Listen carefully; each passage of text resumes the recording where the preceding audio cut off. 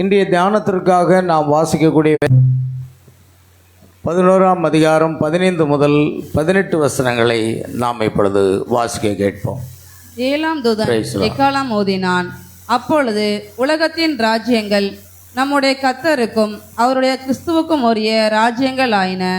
அவர் சதா காலங்களிலும் ராஜ்யபாரம் பண்ணுவார் என்னும் கெம்பீர சத்தங்கள் வானத்தில் உண்டாயின. அப்பொழுது தேவனுக்கு முன்பாக தங்கள் சிங்காசனங்கள் மேல் உட்கார்ந்திருந்த 24 மூப்பர்களும் முகங்குப்புற விழுந்து, இருக்கிறவரும் இருந்தவரும் வருகிறவரும் ஆகிய சர்வ வல்லமையுள்ள கர்த்தராகிய தேவனே, உம்மை ஸ்தோத்தரிக்கிறோம். தேவரீர் உமது மகா வல்லமையை கொண்டு ராஜ்யபாரம் பண்ணுகிறீர். ஜாதிகள் கோபித்தார்கள், அப்பொழுது உம்முடைய கோபம் மூண்டது. மரித்தோர் நியாயத்தீர்ப்படைவதற்கும் தீர்க்கதரிசிகளாகிய உம்முடைய ஊழியக்காரருக்கும் பரிசுத்தவான்களுக்கும் உமது நாமத்தின் மேல் பயபக்தியாய் இருந்த சிறியோர் பெரியோருக்கும் பலன் அளிக்கிறதற்கும் பூமியை கெடுத்தவர்களை கெடுக்கிறதற்கும் காலம் வந்தது என்று சொல்லி தேவனை தொழுது கொண்டார்கள். ஆமென். கர்த்தர் தாமே இந்த வசனங்களை ஆசீர்வதிப்பாராக. நாம் ஒரு பாடலை பாடி ஜெபித்து அவருடைய வார்த்தைக்கு நேராக செல்வோம்.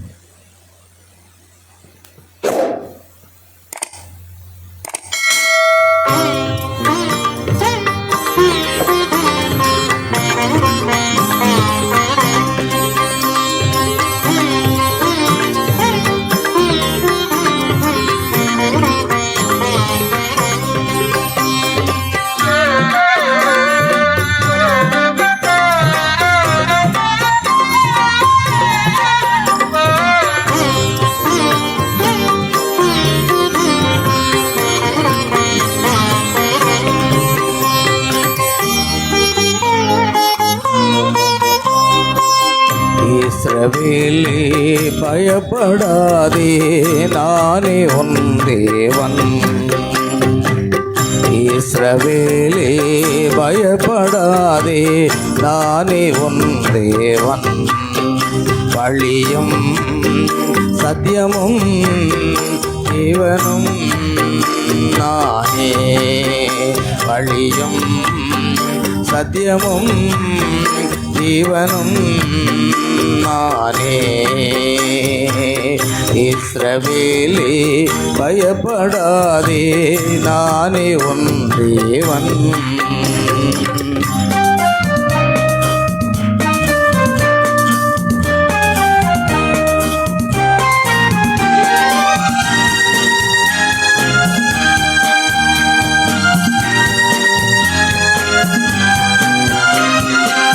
உன்னை நானே தெரிந்து கொண்டேனே மகனே, மகளே. உன்னை நானே தெரிந்து கொண்டேனே, உன் பெயர் சொல்லி நான் அழைத்தேனே. உன் பெயர் சொல்லி நான் அழைத்தேனே. ஒருபோதும் நான் கைவிட மாட்டேன், கைவிட மாட்டேன். வழியும் சத்தியமும் ஜீவனும் நானே. வழியும் சத்தியமும் ஜீவனும் நானே.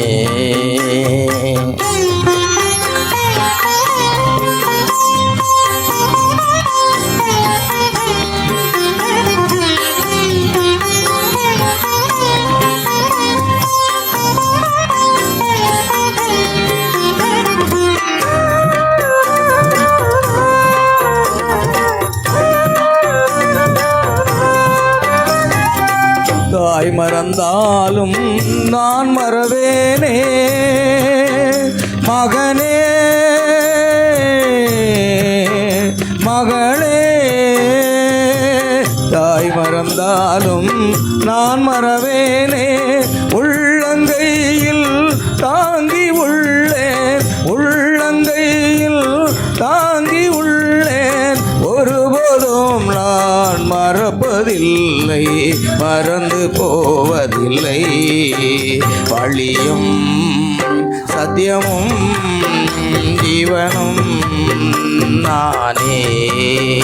வழியும் சத்தியமும் ஜீவனும் நானே.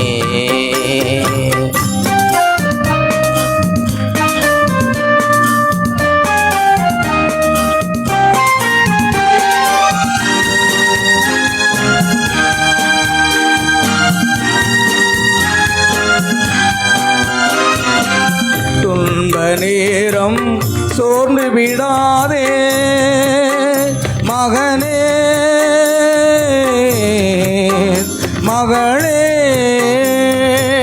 துன்ப நேரம் சோர்ந்து விடாதே, ஜீவ கிரீடம் உனக்கு தருவேன், ஜீவ கிரீடம் உனக்கு தருவேன். சீக்கிரம் வருவேன், அழைத்து சொல்வேன், எழுந்து ஒளி வீசு.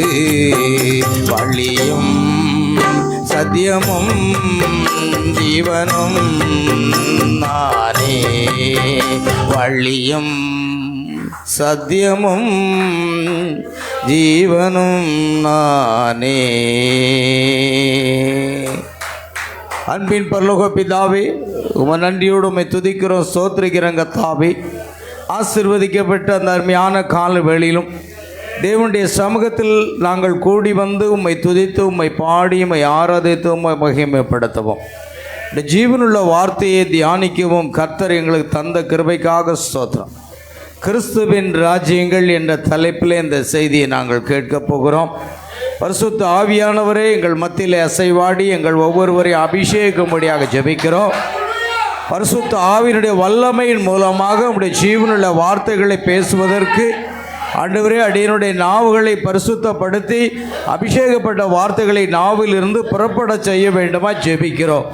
எங்கள் ஆவி ஆத்மா சரீரத்தை உம்முடைய பாதத்தில் அர்ப்பணிக்கிறோம்.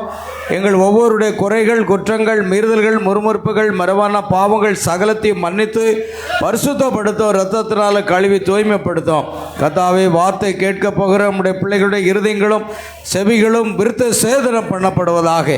ஆண்டவரே, இந்த சபையின் மத்தியில் எந்த ஒரு பொல்லாத வஞ்சிக்கிற ஆவிகளும் கிரியை செய்யாதபடி கடிந்து கொள்ளும். எந்த ஒரு கன நித்திரையின் ஆவியும் கிரியை செய்யாதபடி அவைகளை இயேசு கிறிஸ்துவின் நாமத்தினாலே கடிந்து கட்டி அப்புறப்படுத்துகிறோம். வாசிக்கப்பட்ட வேத வசனங்களை ஆசீர்வதிக்கும்படியாக ஜெபிக்கிறோம். வாசித்த நம்முடைய பிள்ளைகளை தேவன் ஆசீர்வதிப்பீராக. நம்முடைய கரங்களிலே தாழ்த்தி ஒப்புக் கொடுக்கிற ஆண்டவரை பொறுப்படுத்திக் கொள்ளும். கர்த்தருக்கென்று நம்முடைய பிள்ளைகள் செலுத்தின காணிக்கைகள், தசமபாகங்கள் எல்லாவற்றையும் வானத்தின் பலகணிகளை திறந்து இடங்கொள்ளாமற் போக மட்டும் நம்முடைய ஆசீர்வாதங்களை கட்டளையிட வேண்டுமா ஜெபிக்கிறோம். வசனங்கள் சொன்ன சிறு குழந்தைகளையும் சாட்சி சொன்ன பிள்ளைகளையும் தேவன் ஆசீர்வதிக்க வேண்டுமா ஜெபிக்கிறோம். சகல துதி கனமகிமை யாவற்றையும் உமக்கு செலுத்துகிறோம். கர்த்தராகிய இயேசு கிறிஸ்துவினுடைய நாமத்தில் கேட்கிறோம் பிதாவே, ஆமென். ஓகே, அல்லேலூயா. கர்த்தருக்கு மகிமை உண்டாகட்டும். இந்த நாட்களிலே யுத்தங்கள் உலகத்தில் நடைபெற்று கொண்டிருக்கிறது. இந்த யுத்தங்கள் நடப்பது தேவ சித்தம் தானா அல்லது தேவனுடைய தீர்மானம் தானா என்று சொன்னால் அது வேத வசனத்தின் அடிப்படையில் தான் நடக்கிறது. இயேசு உண்மையான கடவுளாக இருந்தால் இந்த அப்பாவி ஜனங்கள் மரணம் அடைவதற்கு சம்மதிப்பாரா என்ற ஒரு கேள்வி எழுகிறது. அவர் உண்மையான தேவன்தான், அன்பான தேவன்தான், ஆனால் நீதியான தேவன் என்பதை அறிய வேண்டும். இந்த உலகத்தில் உள்ள எல்லா ஜனங்களுக்கும் அவர்தான் தேவன். அவர் தம்முடைய கட்டளைகளையும் நியமங்களையும் வேத வசனங்களையும் கொடுத்து இப்படித்தான் மனிதன் வாழ வேண்டும் என்று அவர் தன்னுடைய வார்த்தைகளை கொடுத்திருக்கிறார். அது மாத்திரமல்ல, இந்த உலக மக்கள் அனைவருக்காக கல்வாரி சிலுவையில் அறையப்பட்டு இரத்தம் சிந்தி மரித்து 3ஆம் நாள் உயிரோடு எழுந்தார். ஆகையால் இதை நிராகரிக்கும் பொழுது இந்த உலகத்துக்கு ஒரு பேரழிவு நிச்சயம் உண்டாகும். ஆமென், அல்லேலூயா. சமீபத்தில் இந்த யுத்தமானது நடைபெற்று கொண்டிருக்கிறது. ஈரான், இஸ்ரேல், அடுத்து அமெரிக்காவும் இஸ்ரேலும் சேர்ந்து கூட்டுப்படைகளாக ஈரானை தாக்கி கொண்டிருக்கின்றன. ஈரானும் பல இஸ்லாமிய நாடுகளில் இருக்கிற அமெரிக்க இராணுவ அந்த ஸ்தலங்களை அழிப்பதற்கான குண்டுகளை வீசி அந்த நாட்டுக்கும் ஒரு சேதம் விளைவிக்கிறதுனால இந்த யுத்தம் நிறுத்தப்பட வேண்டும் என்று அநேகர் சொன்னார்கள். ஆனால் யுத்தம் வலுத்து கொண்டே இருக்கிறது. அது அப்படித்தான் நடக்க வேண்டும். இது பரிசுத்த வேதாகமத்திலே இருக்கிறது. ஆமென். அதனால் நாம் இப்பொழுது அதை குறித்து பார்க்க போகிறோம். இது வேதாகமத்தில் எங்கே எழுதியிருக்கிறது என்றால், தானியேல் தீர்க்கதரிசியின் புஸ்தகத்தில் 2ஆம் அதிகாரம், 6ஆம் அதிகாரம், 7ஆம் அதிகாரம், 8ஆம் அதிகாரம், எசேக்கியேல் 38ஆம் அதிகாரம், வெளிப்படுத்தல் 11, 15 முதல் நாம் வாசித்தோம். அதைத்தான் நாம் எழுத பார்க்கிறோம். 7ஆம் தூதன் எக்காலம் ஊதினான். அப்பொழுது உலகத்தின் ராஜ்யங்கள், இந்த உலகத்தில் அநேக ராஜ்யங்கள் இருக்கிறது. இந்த ராஜ்யங்கள் எல்லாமே இயேசு கிறிஸ்துக்கு சொந்தமாக மாறக்கூடிய நேரம் நெருங்கி கொண்டிருக்கிறது. இஸ்லாது எப்படி இருக்கிறது? தானியேல் 2ஆம் அதிகாரம், நெபுகாத் நேச்சாரினுடைய ஒரு சிலை. தானியேல் 2ஆம் அதிகாரம் 31 முதல் 45 வசனங்களில் நாம் வாசிக்கும் பொழுது, ராஜாவே, நீர் ஒரு பெரிய சிலையை கண்டீர். அந்த பெரிய சிலை மிகுந்த பிரகாசமுள்ளதாய் இருந்தது. அது உமக்கு எதிரே நின்றது. அதன் ரூபம் பயங்கரமாயிருந்தது. அந்த சிலையின் தலை பசும் பொன்னும், அதன் மார்பும் அதன் புயங்களும் வெள்ளியும், அதன் வயிறும் அதன் தொடையும் வெண்கலமும், அதன் கால்கள் இரும்பும், அதன் பாதங்கள் பாதி இரும்பும் பாதி களிமண்ணுமாயிருந்தது. நீர் பார்த்து கொண்டிருக்கும் போதே கைகளால் பெயர்க்கப்படாத ஒரு கல் பெயர்ந்து உருண்டு வந்தது. அது அந்த சிலையை இரும்பும் களிமண்ணும் ஆகிய அதன் பாதங்களில் மோதி அவைகளை நொறுக்கி போட்டது. அல்லேலூயா. கவனிக்க வேண்டும் அருமையானவர்களே.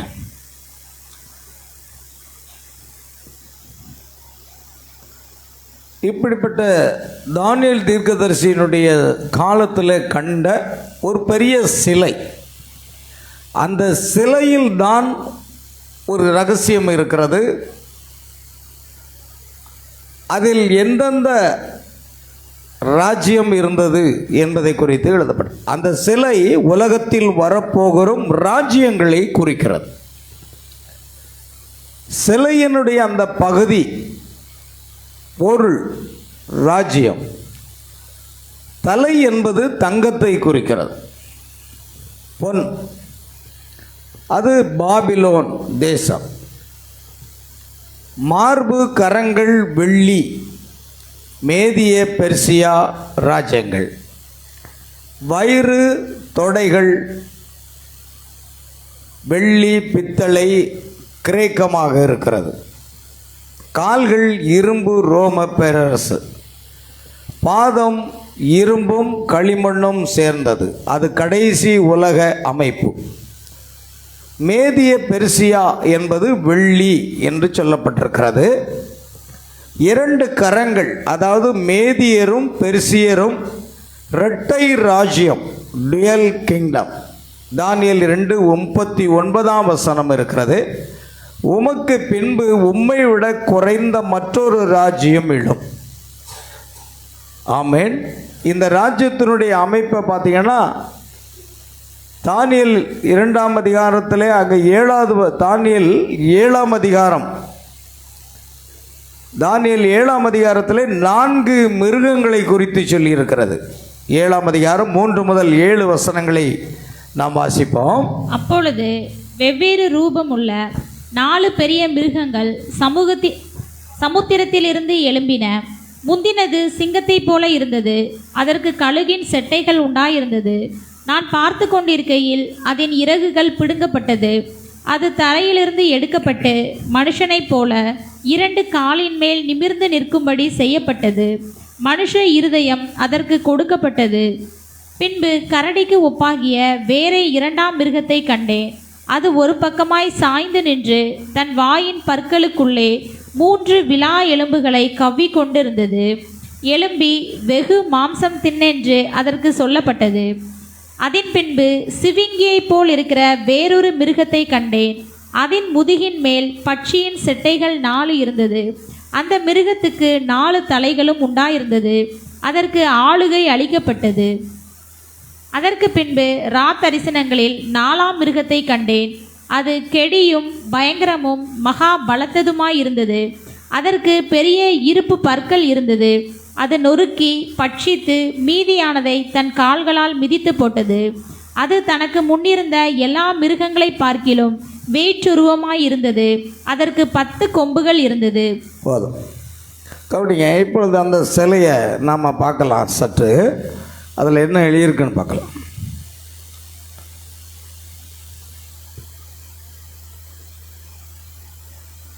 கவனிங்க, அப்படியே ஜூம் பண்ணும், நல்லா ஜூம் பண்ணும், பெருசாக ஜூம் பண்ணும். நேபுகாத்நேச்சருடைய கனவுல கண்ட ஒரு காரியம் அதுதான் அங்கே எழுதப்பட்டிருக்கு. ஹெட் ஆஃப் கோல்டு பாபிலோன், தலை என்பது பொன்னான தலை நீரே என்று தானியேல் அந்த சொப்பனத்துக்கு அர்த்தத்தை கொடுக்கிறார். அது தானியேல் 2:37. இது எந்த காலகட்டத்தில் அப்படின்னா பிசி 605 முதல் 539, அதாவது பிஃபோர் கிரைஸ்ட், கிறிஸ்துவுக்கு முன்னால் சுமார் 500 ஆண்டுகளுக்கு முன்பாக 605 முதல் 539 வரை காலகட்டத்தில் இந்த நேபுகாத்நேச்சார் பாபிலோன் தேசத்தை ஆட்சி செய்து வந்தான். அங்குதான் தானியேலும் இஸ்ரவேல் ஜனங்களும் என்ன செய்யப்பட்டார்கள்? சிறை பிடிக்கப்பட்டு அங்கு இருந்தார்கள். அந்த காலகட்டத்தில் தான் தானியேல் இந்த சொப்பனத்துக்கு அர்த்தம் உரைக்கிறதை நாம் பார்க்கிறோம். இரண்டாவது பாருங்கள், பிரிஸ்ட் ஆஃப் சில்வர், மார்பு சில்வராக இருக்கிறது. அது பெர்சியா. பெர்சியா என்று சொல்லப்படுகிற மேதிய பெர்சியா 2 ராஜ்யங்கள். அதுவும் கிபி 539 முதல் 331 வரைக்கும் அந்த காலகட்டத்தில் அந்த ராஜ்யம் இருந்தது. அடுத்தது கவனிச்சிங்கன்னா திங்ஸ் ஆஃப் பிராஸ், அது பித்தளையாக இருக்கிற ஒரு காரியம். அது கிரேக்க சாம்ராஜ்யம். இந்த கிரேக்க சாம்ராஜ்யம் கிறிஸ்துவுக்கு முன் 331 முதல் 168 வரைக்கும் நடந்தது. அது தானியேல் 2:39 பின்பகுதி. அடுத்ததாக கால்களை நாம் பார்க்கிறோம். லெக் ஆஃப் அயன், அது ரோமாபுரியை குறிக்கிறது. அது தானியேல் 2:40 சொல்லப்பட்டிருக்கிறது. கிறிஸ்துவுக்கு முன் 168 முதல் கிறிஸ்துவுக்கு பின் 476 ஆண்டு வரைக்கும் ரோமாபுரியின் சாம்ராஜ்யம் அங்கே இருக்கிறது. இந்த காலகட்டத்தில் தான் இயேசு கிறிஸ்து பிறந்தார். ரோம சாம்ராஜ்யம் இருந்த காலகட்டத்தில் இயேசு பிறந்தார். கவனிக்க வேண்டும். Feet of iron and clay, divided nations of western Europe, மேற்கு ஐரோப்பிய நாடுகள் அவள் பிரித்து ஆளுகின்ற அந்த களிமண்ணும் இரும்பும் சேர்ந்தது. அது இந்த பாதத்தின் பகுதி. அதை குறித்து தெளிவாக சொல்லப்பட்டிருக்கிறது. தானியேல் 2ஆம் அதிகாரம் 34, 35 இந்த காலகட்டத்திலே அது காணப்படுகிறது. சரி, இப்போ அந்த மிருகத்தை குறித்து நாம் பார்க்கலாம். அடுத்த படம், இந்த மிருகத்தை பாருங்க. ஒவ்வொரு காரியம் கடைசி நாட்களிலே ஒரு சூப்பர் பவரோடு கூட இன்னும் ஜூம் பண்ணலாம். அப்படி பண்ண பாருங்க. The future was foretold 2600 years ago. சுமார் 2600 ஆண்டுகளுக்கு முன்பாக சொல்லப்பட்ட இந்த காரியங்கள் அதுதான் இங்கு சொல்லப்பட்டிருக்கிறது. A great statue of 4 metals described in Daniel chapter 2 was used to represent the 4 great empires of history down to the break of the Roman Empire into the nations of Europe and beyond. In the vision of Daniel 7, the same 4 empires were represented are 4 beasts. This vision gives more detail and reveals the rise of the end times most significant powers. கடைசி நாட்களில் காணப்படுகிற ஒரு அடையாளங்களாக அது காணப்படுகிறது. இப்பொழுது நாம் இங்கே பார்க்கலாம். இங்கே பார்த்தோம், தானியேல் 2ஆம் அதிகாரத்தில் in explaining the meaning of this statue, Daniel said to the king of Babylon, Hallelujah, வசனம் 38. இந்த காலகட்டத்தில் ஒவ்வொரு சம்பவங்களையும் அப்படி நம்ம பார்க்குறோம். முதலாவது வரக்கூடியது என்ன அப்படின்னு சொன்னால், இந்த மிருகங்களையும் அங்கே அடையாளம் காட்டியிருக்கிறது. பாபிலோன் கிமு 605. முதலாவது மிருகம் எப்படி இருந்ததா? These great beast which are four kings. அதாவது இந்த மிருகங்கள் என்பது 4 பெரிய ராஜ்யங்களை குறிக்கக்கூடியதாக இருக்கிறது. அது 4ஆம் வசனம் 17ஆம் வசனத்திலே காணப்படுகிறது. அடுத்தது மேதிய பெர்சியாவுக்கு காணப்படுகிறது என்னவாக இருக்கிறது என்றால், அது 2வது மிருகம். அந்த 2வது மிருகம் என்னவா இருந்தது? தமிழில் சொல்லுங்க. கரடியை போல இருந்தது. கரடியை போன்று இருக்கக்கூடியதான் அந்த 2வது மிருகம். அதுதான் மேதிய பெர்சியா. நாம் இந்த மேதிய பெர்சியாவை கொஞ்சம் கவனத்தில் வைங்க. அது யார், எந்த நாடு அப்படின்னு நம்ம பார்க்க போகிறோம். அடுத்தது பார்த்திங்கன்னா கிரேக்க சாம்ராஜ்யம் வருகிறது. அது என்னவா இருந்ததா? அந்த மிருகம் சிறுத்தைக்கு என்ன இருக்குது மேலே? எங்கள் பைபிளில் வாசிங்க. அந்த சிறுத்தைக்கு மேலே என்ன இருக்குது? அதன் பின்பு சிவிங்கியை போல் இருக்கிற வேறொரு மிருகத்தை கண்டேன். அதன் முதுகின் மேல் பட்சியின் செட்டைகள் 4 இருந்தது. 4 செட்டைகள் அங்கு இருக்கிறது. அந்த மிருகத்துக்கு 4 தலைகளும் உண்டாயிருந்தது. 4 தலைகளும் இருக்கிறது, 4 செட்டைகளும் இருக்கிறது. அது ஒரு மிருகம். அதுதான் கிரேக்க சாம்ராஜ்யத்தை குறிக்கக்கூடிய ஒரு அடையாளம். அடுத்தது கவனிச்சிங்கன்னா என்ன போட்டிருக்கு? The 4th beast shall be the 4th kingdom. 4வது சாம்ராஜ்யம். Upon earth the 10 horns out of this kingdom are 10 kings that shall arise. Rome was divided into the kingdoms of Europe. Rome யூரோப்பிய ராஜ்யங்கள் இணைந்த ஒரு கூட்டு அமைப்பாக அது இருக்கிறது. அந்த மிருகம் எப்படி இருக்கிறதா? எங்க வாசிங்க. ரா தரிசனங்களில் 4ஆம் மிருகத்தை கண்டேன். அது கெடியும் பயங்கரமும் மகா பலத்ததுமாய் இருந்தது. பயங்கரமான ஒரு மிருகம் பாருங்க. ரோம சாம்ராஜ்யம் என்பது ஒரு பயங்கரமான மிருகம். உலகத்தில் பெரிய வல்லரசாக இருக்கக்கூடியது. எதுக்கு தேவன் நீ அதை விட்டு வெளியே ஓடிவான்னு கூப்பிடுறாரு? என் ஜனங்களே அவளுடைய பாவத்துக்கு உடன்படாமலும் அவளுக்கு நேரிடும் வாதைகளில் அகப்படாமலும் இருக்கும்படிக்கு என்ன செய்? அவளை விட்டு வெளியே வந்துரு, இல்லைன்னா உனக்கு உத்தரவாதம் கிடையாது. ஆமேன். அதுதான் வெளிப்படுத்தல் 18:4. சரி கவனிங்க. இப்போ 2வது இங்கே நாம் கவனிக்கிறோம். முதலாவது என்ன அப்படின்னு பார்க்குறோம், அது பாபிலோன். இரண்டாவது மேதிய பெர்சியா ராஜ்யம். மெடோ பெர்சியா கன்கர்டு பாபிலோன், அதுதான். அதிலிருந்து இதை பெற்றுக்கொண்டார்கள். பின்பு Greece led by Alexander the Great, அது மேதிய பெர்சியாவிலிருந்து அதை பற்றி கொண்டது யார் அப்படின்னு சொன்னால் அலெக்சாண்டர், மகா அலெக்சாண்டர். அடுத்தது ரோம். அப்படியே நம்ம பார்த்துக்கிட்டு இருக்கிறோம். சரி, இப்பொழுது நம்ம பார்க்கலாம். இன்னொரு படம் இருக்குது பாருங்கள். அந்த படத்தை நம்ம இதில் செய்திக்கு போவோம், செய்தியில் போவோம். சரி, இப்போ பாருங்கள், இது என்னென்ன 4 மிருகங்களை நம்ம பார்க்குறோம். மிருகம் என்பது ராஜ்யங்களை குறிக்கிறது. சிங்கம் என்பது பாபிலோன், அதுதான் நெபுகாத்நேச்சருடைய காலம். கரடி மேதிய பெர்சியா, சிறுத்தை கிரேக்கம், பயங்கர மிருகம் ரோம்.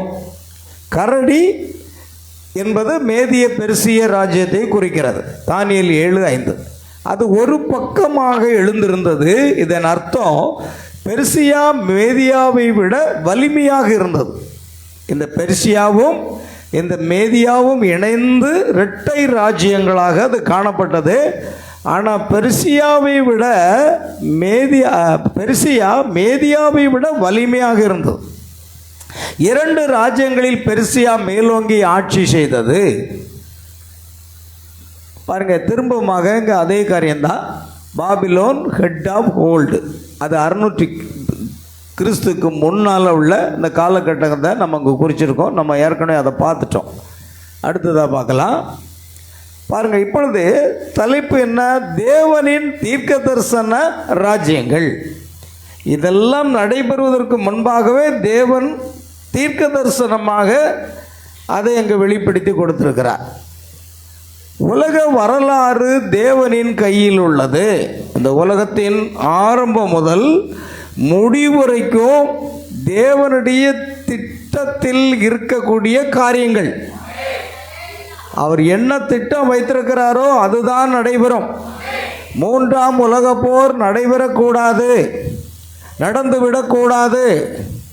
அதனால் உலகத்தின் பொருளாதார சீர்குலையும். இந்த பார்த்திங்கன்னா, யுத்தம் என்பது பொருளாதாரத்தை சீர்குலைக்கக்கூடிய காரியங்கள். இப்போ எண்ணெய் வளங்கள் உள்ள நாட்டிலிருந்து இந்தியாவுக்கு வருகிறதுனா இந்தியாவில் பெட்ரோல் விலை இன்னும் எத்தனை 10 மடங்கு கூட வாய்ப்பு இருக்குதுன்னு சொல்கிறாங்க. இந்த 2 மாதத்துக்கு தான் கையிருப்பு இருக்குது. தொடர்ந்து இந்த யுத்தம் நடந்து கொண்டிருக்குமானால் நமக்கு பெட்ரோல் மட்டும் இல்லைங்க, பெட்ரோல் தானே, என்கிட்ட தான் பைக் இல்லையே அப்படின்னு நீங்கள் நினைக்கலாம். இல்லை, பெட்ரோல் விலை கூடனா, டீசல் விலை கூடனா நமக்கு வரக்கூடிய கத்திரிக்காய் 50 ரூபாயிலிருந்து 500 ரூபாய்க்கு வரும் 1 கிலோ. ஆமேன். எல்லா விலைவாசியாரும் பொருளாதாரம் சீர்குலையும். அதனால் எல்லா நாடுகளும் பயந்து கொண்டிருக்கின்றன. ஆனால் இது தவிர்க்க முடியாத ஒன்று. இந்த யுத்தம் நடக்கும் என்று வேதம் தெளிவாக சொல்கிறது. ஆமேன். அதை யாரும் மாற்ற முடியாது. ஆக யுத்தத்தை நிறுத்துறதுக்கு தயவுசெய்து யாரும் ஜெபம் பண்ணாதீங்க. ஆண்டவரே, இந்த 3ஆம் பெரிய உலக யுத்தம் நடக்கக்கூடாது ஆண்டவரே அப்படின்னு யாராவது ஜெபம் பண்ணிங்கன்னா தேவ சித்தத்துக்கு விரோதமாக நீங்கள் ஜெபம் பண்ணுறீங்கன்னு அர்த்தம். தேவ சித்தம் அது நடைபெற வேண்டும் என்பது முக்கியம். அல்லேலூயா. ஆகையால் தானியேல் தீர்க்கதரிசியின் புஸ்தகத்தில் இந்த வரலாறு இருக்கிறது. தானியேல் 2:28 வானத்தில் ரகசியங்களை வெளிப்படுத்துகிற தேவன் இருக்கிறார். வேதத்தில் மறைக்கப்பட்ட ரகசியங்கள் எல்லாம் என்ன செய்யப்படும்? வெளிக்கப்படும். பாபிலோன் ராஜ்யம் என்பது நேபுகாத்நேச்சாருடைய ஆட்சி. அதுதான் அந்த தலையானது என்னவா இருக்கிறது? பொன்னான தலை நீரே, அல்லது அதுதான் தங்கம், கோல்டு. ஆங்கிலத்தில் பிரதர் பிரணாம் என்ன சொல்றாருன்னா, தி head of gold was Babylon ruled by Nebuchadnezzar. நெபுகாத்நேச்சார் அரசாட்சி செய்த அந்த தேசம்தான் பாபிலோன். அவர் தான் தலை, பொன்னான அந்த தலை நீரே. இப்போ கவனிச்சிங்கன்னா, இதில் தான் இஸ்ரேல் ஜனங்கள் சிறை பிடிக்கப்பட்டு தானியேல் அங்கு தீர்க்கதரிசியாக இருந்தான். சாத்ராக், மேசாக், ஆபேத்நேகோ என்ற வாலிபர்கள் ராஜா நிறுவி வைத்த அந்த பெரிய சிலையை நாங்கள் வணங்க மாட்டோம் என்று அக்கினி சூளையில் கொண்டு போடப்படும் பொழுது கர்த்தர் வந்து அவர்களை பாதுகாத்தார். எந்த சேதமும் அணுகாமல் பாதுகாத்தார். அல்லேலூயா. ஆக தங்க தலை பாபிலோன் ராஜ்யம், பொன்னான அந்த தலை பாபிலோன் ராஜ்யம், அதை நேபுகாத்நேச்சார் ஆட்சி செய்து வந்த அந்த ராஜ்யம்தான் பாபிலோன். சரி, மேதிய பெர்சிய ராஜ்யம் அது கிமு 539 அந்த பாபிலோன் வீழ்ச்சி அடைந்து, நேபுகாத்நேச்சாருடைய ஆட்சி வீழ்ச்சி அடைந்து மேதிய பெர்சிய ராஜ்யம் அங்கு ஆட்சியை கைப்பற்றினது. சைரஸ் ராஜா என்று சொல்லப்படுகிறவன் அதை கைப்பற்றினான். தானியேல் 5ஆம் அதிகாரம் 28வது வசனத்திலே இருக்கிறது. உமது ராஜ்யம் மேதியரும் பெர்சியரும் பெற்றுக்கொண்டார்கள். பிரதர் பிரணாம் என்ன சொல்றாருன்னா, after Babylon came the Medes and Persians the chest of silver. அதுதான் என்னவா இருக்கிறது, மார்பு என்னவா இருக்கிறதுங்க. ஆமேன். அவசரப்படாண்டா, நிதானமாக போட்டோம். அப்போ அந்த மார்பு வெள்ளியாக இருக்கிறது, சில்வர். அதுதான் என்னவா இருக்கிறது, மேதிய பெர்சிய ராஜ்யங்கள். த 70th வீக் ஆஃப் டேனியல், அதாவது தானியலில் 70 வாரங்கள் என்ற செய்தியிலே காணப்படுகிறது. தமிழில் என்ன சொல்லியிருக்கிறது, பாபிலோனுக்கு பிறகு வந்தது மேதிய பெர்சிய ராஜ்யம். அதுக்கு அடுத்தது கிரேக்க ராஜ்யம், அதுதான் மகா அலெக்சாண்டர். மகா அலெக்சாண்டர் உலகம் முழுவதும் சென்று ஒவ்வொரு தேசத்தையும் கைப்பற்றி கொண்டே இருந்தான். ஆமேன். அந்த மகா அலெக்சாண்டர் வேகமாக நாடுகளின் மீது படையெடுத்து அதை கைப்பற்றி கொண்டான், வேகமாக வெற்றியும் கண்டான். தானியேல் 8ஆம் அதிகாரம் 21வது வசனத்திலே அது சொல்லப்பட்டிருக்கிறது. அடுத்தது மகா கொம்பு என்பது என்னவா இருக்கிறது, கிரேக்க ராஜா. ஆமேன். பாருங்கள் பிரியமானவர்களே, ஆகையால் அடுத்தது கிரேக்க சாம்ராஜ்யனுடைய அந்த ராஜா தான் மகா அலெக்சாண்டர். அடுத்தது ரோம பேரரசு, 5வது என்னதுங்க, ரோம பேரரசு. அது இரும்பு என்பது கால்கள், உலகத்தை அடக்கிய பேரரசு என்பதுதான் இந்த ரோம பேரரசு. ரோம பேரரசு உலகத்தையே அடக்கக்கூடிய அளவுக்கு பெரிய ஒரு சாம்ராஜ்யம். ஆமேன். ஆகையால் இப்பொழுது அங்கே என்ன சொல்லப்பட்டிருக்கிறது, பிரதர் பிரணாம் என்ன சொல்கிறான், the iron legs represented the Roman empire. இந்த ரோம பேரரசு வந்து அது என்னவா இருக்கிறது, இரும்பை கால்கள் இரும்பாக இருக்கிறதை குறிக்கிறது. அடுத்தது தானியேல் 70 வாரம் செய்தியில் கடைசி கால ராஜ்யம் இரும்பு ப்ளஸ் களிமண், இரும்பும் களிமும் கலந்த ஒரு ராஜ்யம். அதை நம்ம ஏற்கனவே பார்த்தோம். ரோமர்கள், வெஸ்டர்ன் யூரோப். ஆமேன். யூரோப்பிய அந்த நாடுகளும் இணைந்த ஒரு காரியமாக அது இருக்கும் என்பதை நாம் பார்த்தோம். அடுத்தது கவனிச்சிங்கன்னா கிறிஸ்துவனுடைய வருகையாக இருக்கும். தானியேல் 2ஆம் அதிகாரம் 44ஆம் வசனத்திலே வாசிப்போம். தானியேல் 2:44. அந்த ராஜாக்களின் நாட்களிலே பரலோகத்தின் தேவன் என்றென்றைக்கும் அழியாத ஒரு ராஜ்யத்தை எழும்ப பண்ணுவார். அந்த ராஜ்யமே வேறே ஜனத்துக்கு விடப்படுவதில்லை, ஒரு கல் கையால் பெயர்க்கப்படாமல். பாருங்க, அந்த ராஜாக்களின் நாட்களிலே பரலோகத்தின் தேவன் என்றென்றைக்கும் அழியாத ஒரு ராஜ்யத்தை எழும்ப பண்ணுவார். அப்படின்னா இந்த யுத்தம் நடந்து இதில் ஜெயம் பெற்று என்றென்றைக்கு அழியாத ஒரு ராஜ்யம் எழும்ப வேண்டுமானால் இந்த யுத்தம் நடந்தே ஆக வேண்டும். ஆமேன். அல்லேலூயா. ஆகையால் என்றென்றைக்கும் அழியாத ஒரு ராஜ்யத்தை எழும்ப பண்ணுவார். அந்த ராஜ்யம் வேற ஜனத்துக்கு விடப்படவில்லை, ஒரு கல் கையால் பெயர்க்கப்படாமல் மலையிலிருந்து பெயர்ந்து உருண்டு வந்து இரும்பையும் வெண்கலத்தையும் களிமண்ணையும் வெள்ளியையும் பொன்னையும் நொறுக்கினதை நீர் கண்டினீரே. இந்த உலகத்தினுடைய ராஜ்யங்கள் எல்லாமே நொறுக்கப்பட்டு அழிந்து போகும். அப்படியே அது அந்த ராஜ்யங்களை எல்லாம் நொறுக்கி நிர்மூலமாக்கி தானோ என்றென்றைக்கும் இருக்கும். அல்லேலூயா. அதுதான் கிறிஸ்துவின் ராஜ்யம். இந்த உலகத்தில் கிறிஸ்துவின் ராஜ்யம் ஸ்தாபிக்கப்பட போகிறது என்றால் அங்கு ஒரு யுத்தம் உண்டாக வேண்டும். அல்லேலூயா. கவனிப்போம். ஆகையால் தேவன் ஒரு ராஜ்யத்தை, என்றென்றைக்கும் அழியாத ஒரு ராஜ்யத்தை ஏற்படுத்துவார். அது ஒருபோதும் அழியாது. ஆமென். அது கடைசியில் கிறிஸ்துவின் ராஜ்யமாக அது காணப்படும். ஆமென். பாருங்கள், இன்றைய நாடுகளை பற்றி நாம் கொஞ்சம் பார்க்க போகிறோம். பாபிலோன் என்பது என்னவா இருக்கிறது? ஈராக் நாடு. பாபிலோன் என்றால் என்ன?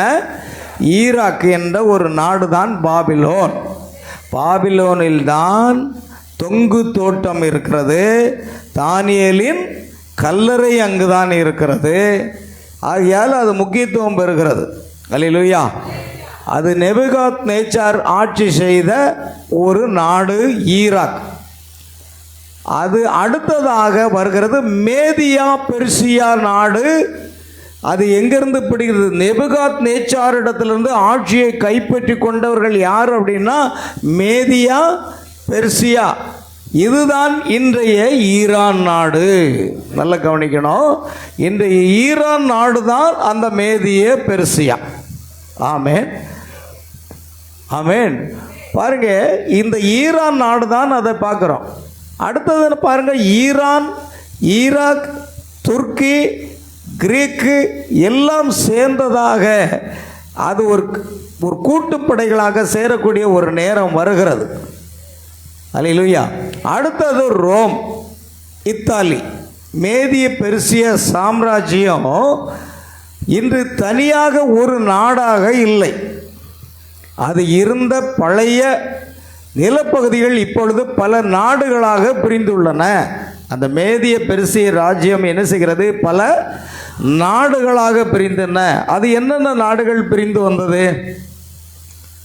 முக்கியமாக இன்று இருக்கும் அந்த நாடுகள் ஈரான் தான் பெரும்பகுதி.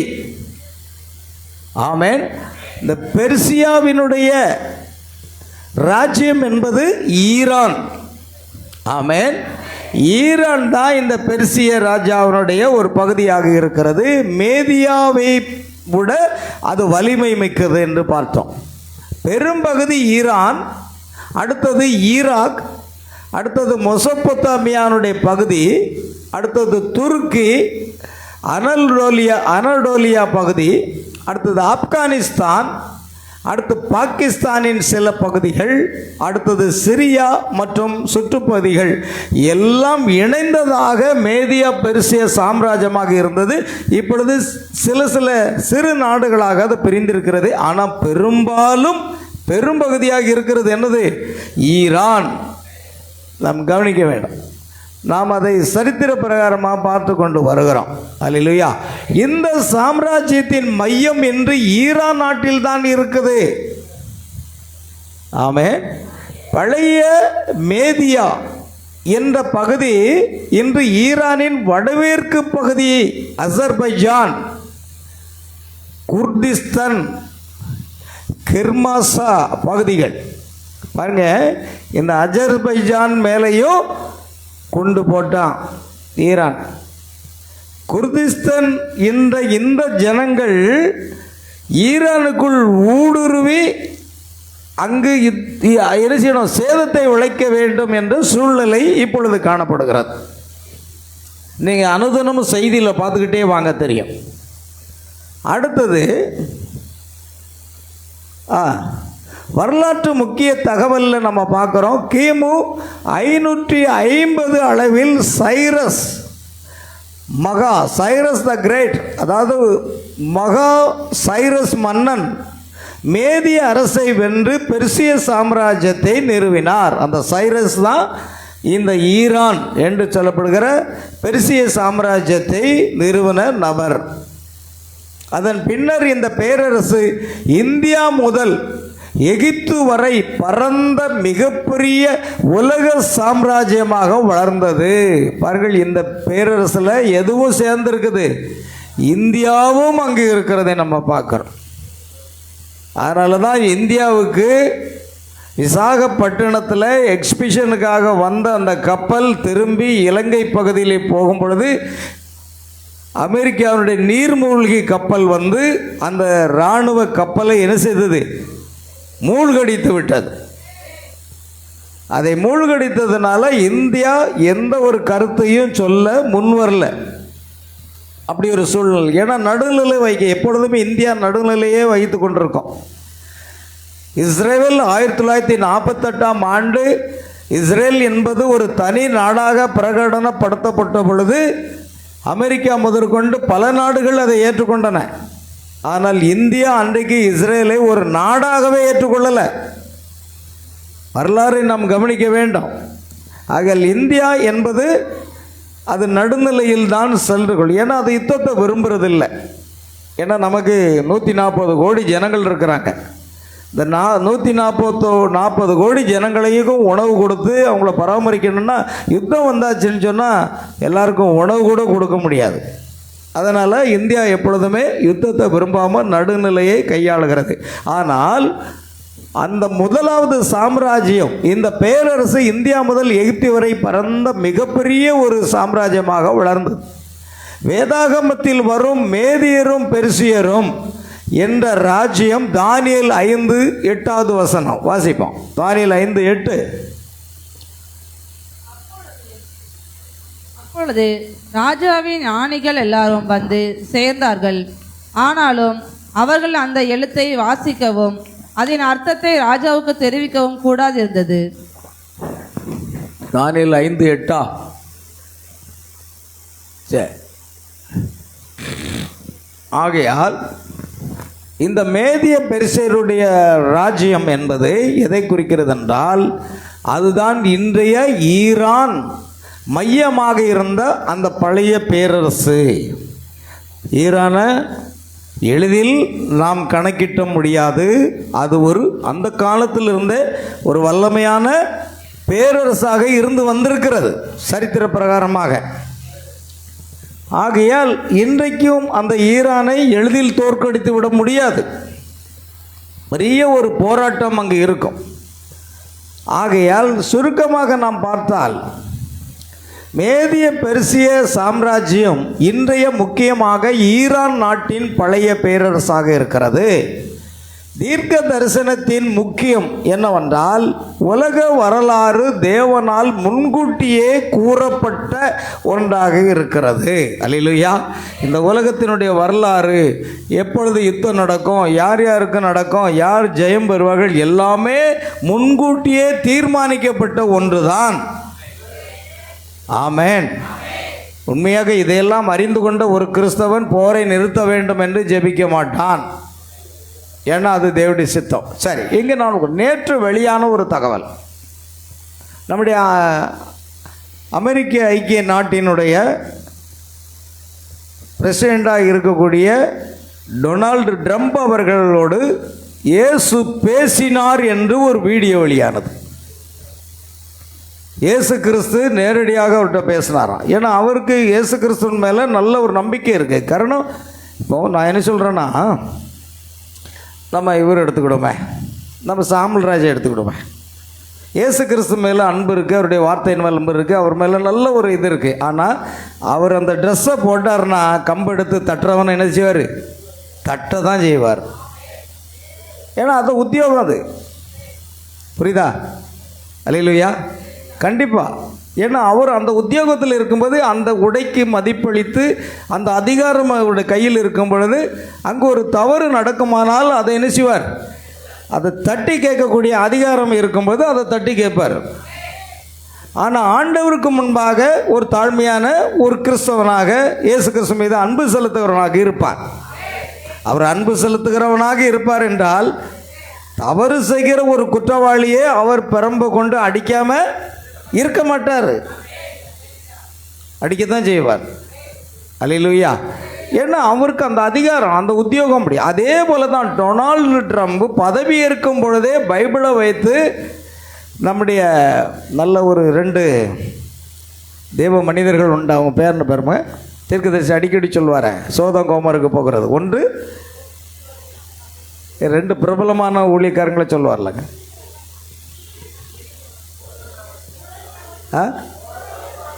இன்னொன்று பில்லிக்கிரகாம். பில்லிக்கிரகாம் அநேக ஆத்துமாக்களை ரட்சிப்பதற்கு பயன்படுத்தப்பட்ட ஒரு நபர்.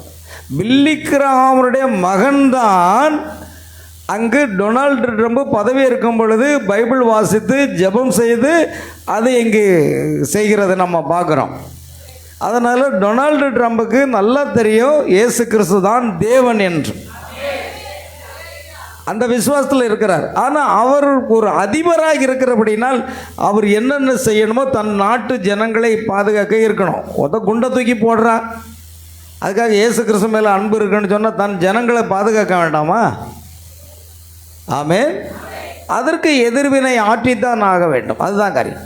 அதனால் இயேசு கிறிஸ்து நேரடியாக பேசினார் என்று நேற்று இரவு ஒரு வீடியோ வெளியாக இருக்கிறது. என்ன அப்படின்னா, அந்த வீடியோவில் அவர் என்ன சொல்கிறாருன்னு சொன்னால், தேவன் அவர்கிட்ட பேசும்போது இது என்னுடைய சித்தத்தின்படி தான் இந்த யுத்தம் நடைபெறுகிறது என்று கர்த்தர் பேசினாராம். ஏன்னா அது வேதத்தோடு பொருந்தது. எந்த தீர்க்க தரிசனங்களும் வேத வசனத்தோடு என்ன செய்யணும்?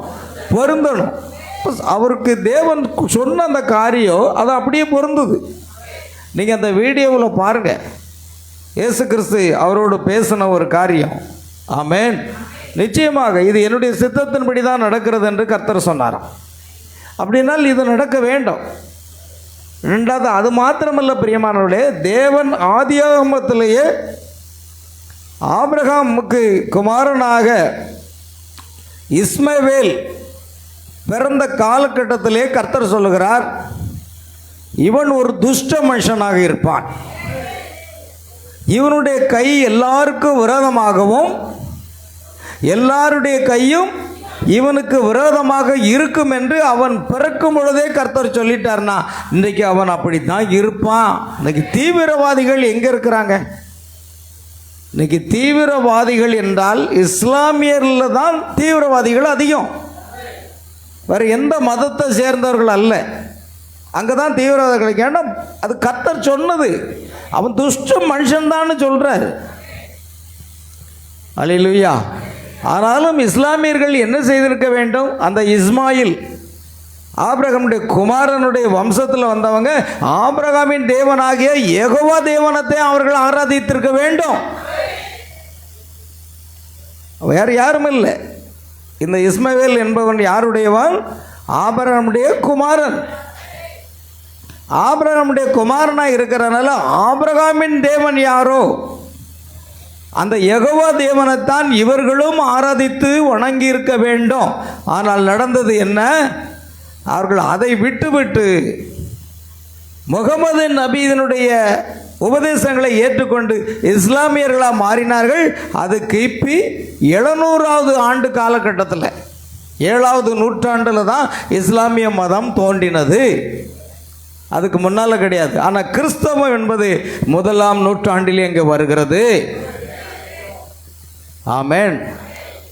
700 ஆண்டுகள் கழித்து தான் முகமது நபி தோன்றபோது தான் அந்த இஸ்லாமியர்கள் என்று சொல்லப்படுகிறவர்கள் அதை பின்பற்றுகிறார்கள். ஆமென். நாம் யாரை பின்பற்றுகிறோம்? கர்த்தராகிய இயேசு கிறிஸ்துவை பின்பற்றுகிறோம். யூதர்கள் யாரை பின்பற்றுகிறார்கள்? யெகோவா தேவனை பின்பற்றுகிறார்கள். ஆனால் நமக்கும் இஸ்ரவேல் ஜனங்களுக்கும் ஒரு ஒருமைப்பாடு இருக்கிறது. அது என்ன? இஸ்ரவேல் ஜனங்கள் யெகோவா என்னும் தேவனை ஆராதித்தார்கள். ஆனால் புதிய ஏற்பாட்டில் மணவாட்டி மட்டும்தான். புதிய ஏற்பாட்டில் இங்கே உள்ள எல்லா கிறிஸ்தவ ஸ்தாபனங்களையும் நான் சொல்லலை. ஏன்னா அவர்கள் திருத்துவம் என்றெல்லாம் சொல்லி கொண்டிருக்கிறார்கள். ஆனால் மணவாட்டி மட்டும் என்ன சொல்லி கொண்டிருக்கிறாள்? பழைய ஏற்பாட்டின் யெகோவா தேவன், புதிய ஏற்பாட்டில் மாம்சத்தில் வெளிப்பட்ட கர்த்தராகிய இயேசு கிறிஸ்து என்ற விசுவாசத்தை நாம் கொண்டிருக்கிறோம். அவங்க பிதா ஒருவர், குமாரன் ஒருவர், பரிசுத்தாவி ஒருவர் என்று திரித்துவ தேவன் என்று சொல்லிக் கொண்டிருக்கிறார்கள். அவர்களை விட்டுவிடுங்க. ஆனால் இஸ்ரவேல் ஜனங்களுக்கும் நமக்கும் உள்ள ஒற்றுமை என்னன்னா, அவர்கள் ஆராதிக்கிற அதே தேவனைத்தான் நாமும் ஆராதிக்கிறோம். ஆனால் இஸ்லாமியர்கள் யெகோவா தேவனை ஆராதிக்கவில்லை. புரிகிறதா? அல்லேலூயா. ஆரம்பத்தில் இஸ்மவேல் அதைத்தான் ஆராதித்தார், தன் தகப்பனுடைய தேவன். ஆனால் அவர் பின்னாடி போய் அதிலிருந்து வந்த வம்சம் முழுவதுமே இஸ்லாம் என்ற ஒரு மதத்தை ஏற்படுத்தி கொண்டார்கள். தீர்க்கதரிசி பிரணாம் சொல்கிறார், இஸ்லாம் மதம் என்பது ஒரு விதமான, அது என்ன சொல்கிறாரு, ஒரு விதமான ஒரு மார்க்கம் மாத்திரமே. அதில் ரட்சிப்போ, பாமணிப்போ, விடுதலையோ, பரலோகமோ எதுவுமே கிடையாதுங்கிறார். ஏதோ ஒரு பக்திக்குரிய மார்க்கம் மட்டுமேங்கிறார். அல்லேலூயா. ஆனால் யெகோவா தேவனை ஆராதிக்கிற அவர்கள், நாமும் அதே யெகோவா தேவனை தான் ஆராதிக்கிறோம். ஆனால் அவர் மாம்சத்தில் வெளிப்பட்ட கர்த்தராகிய இயேசு கிறிஸ்து. இதுதான் யூதர்களுக்கு மறைக்கப்பட்டிருக்கிறது. கர்த்தராகிய இயேசு கிறிஸ்து தான் மாம்சத்தில் வெளிப்பட்ட தேவன் என்பது அவர்கள் இன்னும் புரிந்து கொள்ளாதபடிக்கு அது அவளுக்கு மறைக்கப்பட்டிருக்கிறது. ஆனால் புறஜாதி மணவாட்டி எடுத்துக்கொள்ளப்பட்ட உடனே அந்நாட்களின் கிருபையின் ஆவியும் விண்ணப்பத்தின் ஆவியும் இஸ்ரவேல் ஜனங்கள் மீது ஊற்றுவேன். அப்பொழுது தாங்கள் குத்தின அவரை நோக்கி பார்த்து அவர்கள் புலம்பக்கூடிய ஒரு நேரம். அன்றைக்கு இயேசு கிறிஸ்து தான் தேவன் என்பதை அவர்கள் அறிந்து கொள்வார்கள். அல்லேலூயா. சரி, இப்பொழுது நாம் போகலாம். சில பேர் சொல்கிறாங்களாம், என்னங்க உங்கள் கடவுள் இயேசுவை கொலை செய்ததே யூதர்கள் தானே, ஏன் யூதர்களுக்கு நீங்கள் சப்போர்ட்டாக போகிறீங்க அப்படின்னு சில பேர் கேட்குறாங்களாம். ஆமென். எங்கள் யூதர்களுடைய வழியில் தான் இயேசு வந்தார். இயேசு புறஜாதியில் அவருடைய நாமத்துக்கென்று ஒரு மணவாட்டியை தெரிந்து கொண்டார். அந்த யூத வம்சத்தில் இருந்த இயேசுவோட இரத்தத்துக்கும் எங்களுக்கு என்ன இருக்கு, சம்மதம் இருக்கிறது. அது மாத்திரமல்ல, ஆபிரகாமுக்கு உண்டான எல்லா ஆசீர்வாதங்களும் இயேசு கிறிஸ்துவின் நாமத்தினாலே புறஜாதிகளாக நமக்கு என்ன செய்கிறது, வருகிறது. அதனால் அவர்களுக்கும் நமக்கும் சம்மதம் இருக்கு. ஒரு கடவுளை கொலை செய்துட்டாங்கன்னா கொலை செய்யப்பட வேண்டும் என்று வேதாகமத்தில் ஏற்கனவே எழுதியிருக்கிறது. இயேசு கிறிஸ்து மரிக்கலை அப்படின்னா நமக்கு ஜீவன் கிடைக்காது. அப்படியெல்லாம் அவர் கொலை செய்து விட்டார்கள் என்று நாம் என்ன செய்யலாம், அவர்கள் மேல் கோபப்பட வேண்டிய அவசியம் இல்லை. அது தேவ சித்தம். தேவ சித்தப்படி தான் அது. இயேசு கிறிஸ்து பிறக்கிறதுக்கு முன்பாகவே ஏசாயா தீர்க்கதரிசி அங்கே சொல்லிட்டார். ஆமென். யாராவது வெளியே போய் பாருங்க. அல்லேலூயா. கவனிங்க, இயேசு கிறிஸ்து பிறக்கிறதுக்கு முன்பாகவே சுமார் 712 ஆண்டுகளுக்கு முன்பாகவே அங்கு உரைக்கப்பட்டது. நம்முடைய மீறுதல் நிமித்தம் அவர் காயப்பட்டார், நம்முடைய அக்கிரமங்கள் நிமித்தம் அவர் நொறுக்கப்பட்டார், நமக்கு சமாதானத்தை உண்டு பண்ணும் ஆக்கினை அவர்கள் வந்தது, அவருடைய தழும்புகளால் குணமாகிறோம். இதெல்லாம் இயேசு பிறக்கவே இல்லை. ஆனாலும் அவரை குறித்த ஒரு தீர்க்க தரிசனம் அங்கு காணப்படுகிறதை நம்ம பார்க்குறோம். அல்லேலூயா. பிரியமான தேவனுடைய பிள்ளைகளை நல்ல கவனிங்க. ஆகையால் நமக்கும் இஸ்ரவேல் ஜனங்களுக்கும் என்ன இருக்குது, ஒரு இரத்த சம்பந்தமான உறவு இருக்குங்க.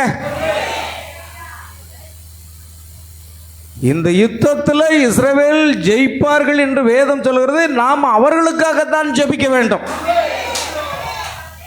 புரிகிறதா? ஆமென். உலக வரலாறு தேவனால் முன்கூட்டியே கூறப்பட்ட ஒன்று. எல்லா ராஜ்யங்களும் கடந்து போகும், கடைசியில் கிறிஸ்துவின் ராஜ்யமானது நிலைத்து நிற்கும். அல்லேலூயா. கிறிஸ்துவின் ராஜ்யமானது நிலைத்து நிற்கும் என்று அந்த ராஜ்யம் ஒருபோதுமே அழியாது. அது ஒரு அழியாத ராஜ்யமாக இருக்கும், ஒரு நித்திய ராஜ்யமாக இருக்கும் என்பதை நாம் கவனிக்க வேண்டும். கர்த்தருக்கு மகிமை உண்டாகட்டும். பாருங்கள், இப்பொழுது நாம் சற்று பார்க்கலாம். இந்த கடைசியில் வரக்கூடிய ஒரு யுத்தம் என்ன. இயேசு மத்தேயு 24 சொன்னார், யுத்தங்களின் செய்திகளையும் கேள்விப்படுவீர்கள், கலங்காதபடி. பாருங்க, மத்தேயு 24 அதிகாரத்தில் அங்கே என்ன சொல்லியிருக்கிறது, யுத்தங்களின் செய்திகளை கேள்விப்படுவீர்கள், கலங்காதபடி எச்சரிக்கையாக இருங்கள். இவைகளெல்லாம் சம்பவிக்க வேண்டியது, முடிவு உடனே வராதுங்க. இந்த யுத்தம் நடந்துக்கிட்டே தான் இருக்கும். ஆமென். ஆனால் முடிவு உடனே வராது. எல்லாரும் கவனமாக இருங்க. ஏன்னா இந்த யுத்தம் இதோட நிற்காது, இது நீண்டு கொண்டே இருக்கும். இது கடைசியில் 3ஆம் உலக போராக அது மாறும். யுத்தங்களின் செய்தியை கேள்விப்படுவீர்கள், கலங்காதபடி எச்சரிக்கையாருங்கள். இவைகளெல்லாம் சம்பவிக்க வேண்டியது. இவையெல்லாம் சம்பவிக்க வேண்டியது. நல்ல கவனிங்க. இந்த யுத்தங்களெல்லாம் என்ன செய்யணும்? நடக்க வேண்டியது தான். யாரும் இதுக்கு விரோதமாக ஜெபம் பண்ணாதீங்க. தேவ சித்தத்துக்கு விரோதம் ஆண்டவரே யுத்தத்தை நிறுத்துங்க, ஆண்டவரே யுத்தத்தை நிறுத்துங்க, ஆண்டவரே. கொஞ்சமாவது உனக்கு மண்டையில் அறிவு இருக்கா? யுத்தம் சம்பவிக்க வேண்டும் என்று இயேசு அங்கே சொல்கிறாரு. யுத்தம் நடக்க வேண்டும் என்று சொல்லுகிறார். பிரியாணி யுத்தத்தை நிறுத்துறதுக்கு நீ ஜெபம் பண்ணுற. ஆமென், அல்லேலூயா. இந்த யுத்தம் நடந்து 3வது உலகப் போர் நடந்து முடிகிற வேலையில் தான் அந்த கைகளால் பெயர்க்கப்படாத ஒரு கல் உருண்டு வந்து சிலையின் மேலும் மோதி என்றென்றைக்கு அழியாத ஒரு ராஜ்யத்தை அவர் ஸ்தாபிப்பார். இது நடக்கக்கூடாதுன்னு சொன்னீங்கன்னா என்ன அர்த்தம்? பைபிளை அறியாதவங்க எதை சொல்லுவாங்க? அல்லேலூயா. இவைகளெல்லாம் சம்பவிக்க வேண்டியது, ஆனாலும் முடிவு உடனே வராது. முடிவு உடனே வராது, இன்னும் நீட்டிக்கொண்டே இருக்கும். கவனிங்க. ஆகையால் கடைசியில் அது எங்கே போய் சேரும் அப்படின்னா அர்மகதோன் யுத்தத்தில் போய் சேரும். அர்மகதோன் என்று சொல்லப்படுகிறார். பைபிளில் நீங்கள் வாசிங்க, எங்கே இருக்கு அர்மகதோன் என்று அந்த வசனம்? வெளிப்படுத்தின விசேஷம் 16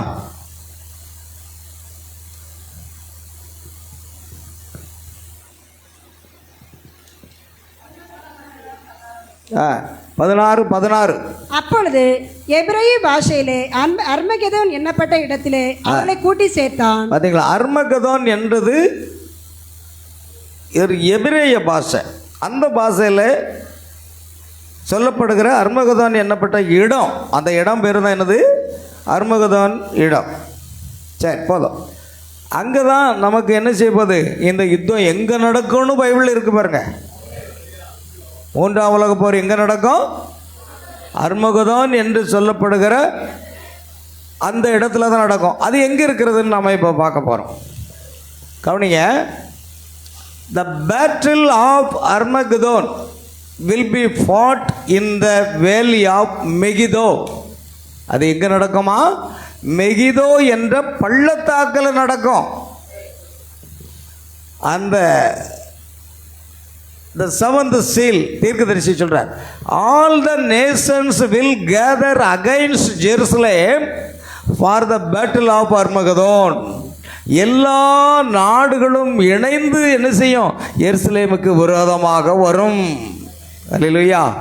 எல்லா நாடுகளும். இப்போ என்ன அப்படின்னா, சீனா ரெடியாக இருக்குது ஈரானுக்கு ஆதரவு கொடுக்க. அடுத்தது ரஷ்யா ரெடியாக இருக்குது. இன்னும் ஒரு சில நாடுகள் ஈரானுக்கு ஆதரவு கொடுக்க ரெடியாக இருக்கிறாங்க.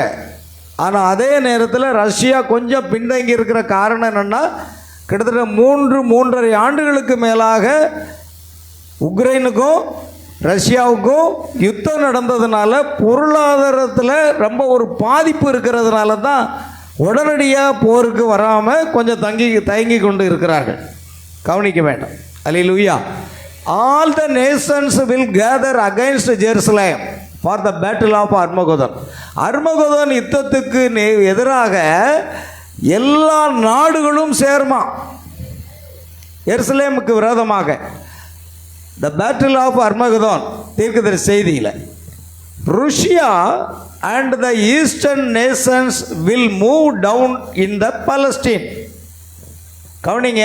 ரஷ்யாவோ கிழக்கு நாடுகள் எல்லாம் இணைந்து பாலஸ்தீன், அங்கே பாலஸ்தீனியர்களுக்கு விரோதமாக அங்கே இறங்கி வர்றதை பார்க்கும். Communism is a tool in the hand of God to bring judgment. தீர்க்கதரிசி அடிக்கடி சொல்லுவார், கம்யூனிசத்தை நீங்கள் குறை சொல்லாதீங்க, அதை விட்டுருங்க. கம்யூனிசம் என்ன அப்படின்னா தேவனுடைய கரத்தில் உள்ள ஒரு ஆயுதம் அப்படின்னு சொல்கிறார் தீர்க்கதரிசி. கம்யூனிசத்தை கொண்டு தான் கடைசி நாட்களில் அவங்கள என்ன செய்வாராம்? அடிப்பார் அப்படின்னு சொல்கிறதுனால கம்யூனிசத்தை நீங்கள் எதுவும் குறை சொல்லாதீங்க. கம்யூனிசம் என்ன? கடவுள் இல்லை என்று சொல்லப்படுகிற ஒரு நாத்திக தன்மையை நிறைந்ததாக இருக்கிறது. ஆனால் அவர்களை கொண்டு அது தேவனுடைய கையில் இருக்கிற ஒரு communism is a tool in the hand of God. தேவனுடைய கரத்தில் உள்ள ஒரு ஆயுதம் டு பிரிங் ஜட்ஜ்மெண்ட், அந்த நியாயத்தீர்ப்புக்கு அவர்களை பயன்படுத்துறதுக்காக. பாருங்கள், த பேட்டில் ஆஃப் அர்மகதோன் என்ற செய்தியில் the kings of the earth will gather their armies in Palestine.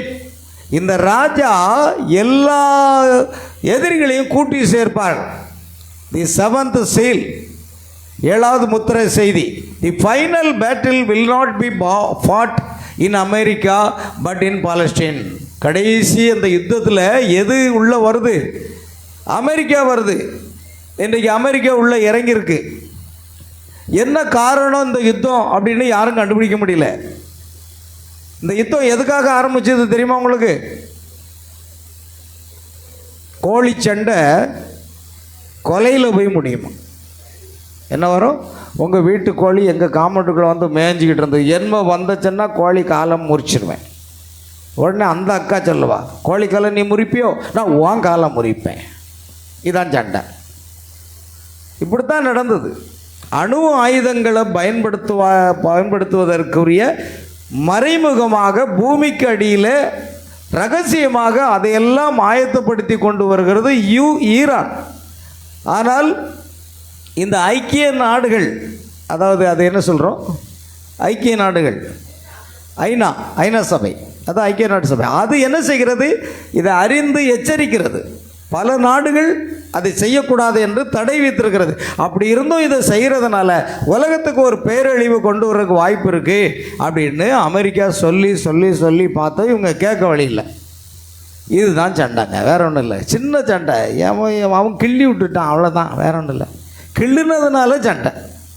ஸ்கூலில் பிள்ளைகள் போகும்ல, ஏம்மா அவன் கிள்ளி விட்டுட்டான் என்ன அப்படின்னு சொன்னான். இல்லை, அவன் தான் முதல்ல கிள்ளுலான்னு இவன் சொல்லுவான். இந்த கிள்ளி விடுற சண்டை கொலையில் போய் முடியும் இல்லையா? அதுதான் இந்த கதை. ஆமென்.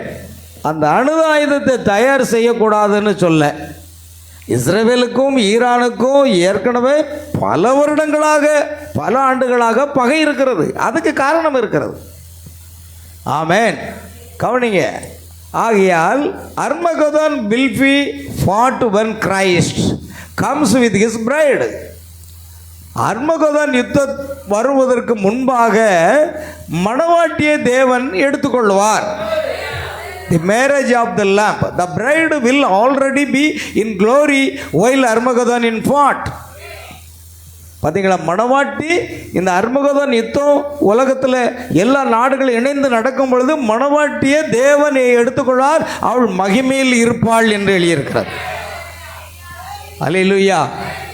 த ராப்சர் செய்தியில், எடுத்துக்கொள்ளப்படுதல் என்ற செய்தியில் இருக்கிறது. The kings of the east will move toward Palestine. Hallelujah. இந்த ராஜாக்கள் எல்லாம் கிழக்கிலிருந்து ஒன்று கூடி அங்கே வருகிறார். 6th வயால் message reference. சரி, போகலாம், போட்டோம்.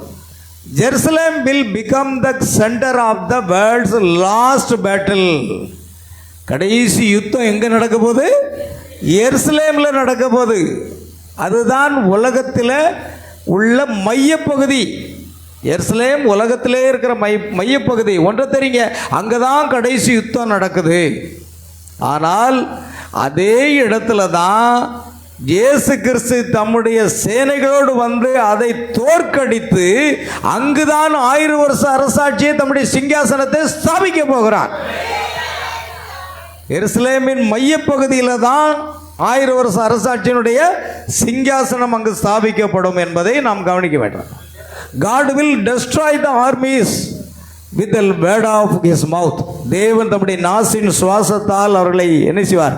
நிக்கிரகம் பண்ணுவார். The beast and the false prophet will be cast into the lake of fire. பாருங்கள், அது தவறான ஊழி, அதாவது தீர்க்கதரிசிகள் தோன்றக்கூடிய நேரம். Armageddon is the end of gentile world powers. அதாவது புறஜாதியினுடைய அந்த உலகம், அது அந்த பவர்ஸ் என்ன செய்யும்? அதோட முடிவடைந்து விடும். பாருங்க, ஈரான் யார் அப்படின்னா ஒரு பிரஜாதி தான். ஆமென். மன்னிக்கும், ஈரான் அல்ல, அந்த பேர் நபர் பாபிலோன். பாபிலோன் யாரு? ஒரு பிரஜாதி, யூத ஜனங்களை சிறைப்பிடித்தவன். பாபிலோன் நெபுகாத்நேச்சார், அவன் ஒரு பிரஜாதியாக இருக்கிறான். It will be the greatest battle the world has ever known. Millions of soldiers will gather in Palestine.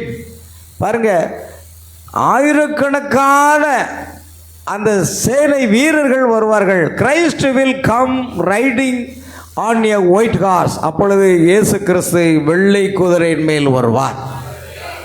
சரி, the antichrist will gather the armies of the world. அந்தி கிறிஸ்து தன்னுடைய சேனைகள் எல்லாம் ஒன்றாக கூட்டுவான். It is the last war before the millennium. அதாவது 1000 வருஷ அரசாட்சிக்கு முன்பாக ஏற்படக்கூடிய கடைசி யுத்தம். அப்படி நிறைய இருக்குது, இதை நம்ம போட்டுக்கிட்டே போகலாம். அப்படி கிளம்பிட்டு கவனிங்க. இப்போ வேதாகமத்தில் வெளிப்படுத்தல் 16 இப்போ நம்ம வாசித்தோம். அப்பொழுது எபிரேய பாஷையில் அர்மகெதோன் எண்ணப்பட்ட இடத்திலே அவரை கூட்டி சேர்த்தான். சரி, அவர்களை எபிரேய மொழியில் அர்மகதோன் என்று அழைக்கப்படும் இடத்தில் சேர்த்தான். அர்மகதோன் என்பது உலகத்தின் கடைசி யுத்தம். அதுதான் 3வது உலகப் போர். அடுத்ததாக ஹர் மெகிதோ என்ற ஒரு பள்ளத்தாக்கு. ஹர் என்றால் மலை, மெகிதோ என்றால் அந்த இடம், அது மலைப்பாங்கான ஒரு இடம். அதுதான் ஹர்மகதோன் என்று அர்த்தம். இது இஸ்ரவேலில் உள்ள ஜெஸ்ரீல் பள்ளத்தாக்கில் அமைந்திருக்கிறது. ஆமேன். இஸ்ரேல் நாட்டுக்கு அருகில் ஜெஸ்ரீல் அப்படின்னு சொல்லிட்டு ஒரு வேலி, ஒரு பள்ளத்தாக்கு இருக்கிறது. அந்த பள்ளத்தாக்கில் தான் அது இருக்கிறது. போட்டோம், பல போர்கள் நடந்த ஒரு இடமாக இருக்கிறது. பாருங்க, இந்த இடம் பல போர்கள் நடந்த ஒரு இடம். யார் இந்த யுத்தத்தை தொடங்குவார்கள்? வெளிப்படுத்தல் 16:14 வாசிக்கலாம். அவைகள் அற்புதங்களை செய்கிற பிசாசுகளின் ஆவிகள், அவைகள் பூலோகம் எங்கும் உள்ள ராஜாக்களை சர்வ வல்லமை உள்ள தேவனுடைய மகாநாளில் நடக்கும் யுத்தத்திற்கு கூட்டி சேர்க்கும்படிக்கு புறப்பட்டு போகிறது. இந்த யுத்தத்தை தொடங்குறது முக்கியமா யுத்தத்தை கொண்டு வர்றதே யார் தான்? சாத்தான் தான். அவன் யுத்தத்தை வரும் பொழுது கர்த்தர் யுத்தத்தில் வல்லவராயிருந்து அவனுக்கு விரோதமாக என்ன செய்வார்? அவர் போராடுவார். அப்போ அந்த யுத்தத்தை சாத்தான் எல்லாத்தையும் தூண்டி கொண்டு வரான். ஒரு காரணமும் இல்லை. ஆனால் சாத்தான் என்ன செய்கிறான்?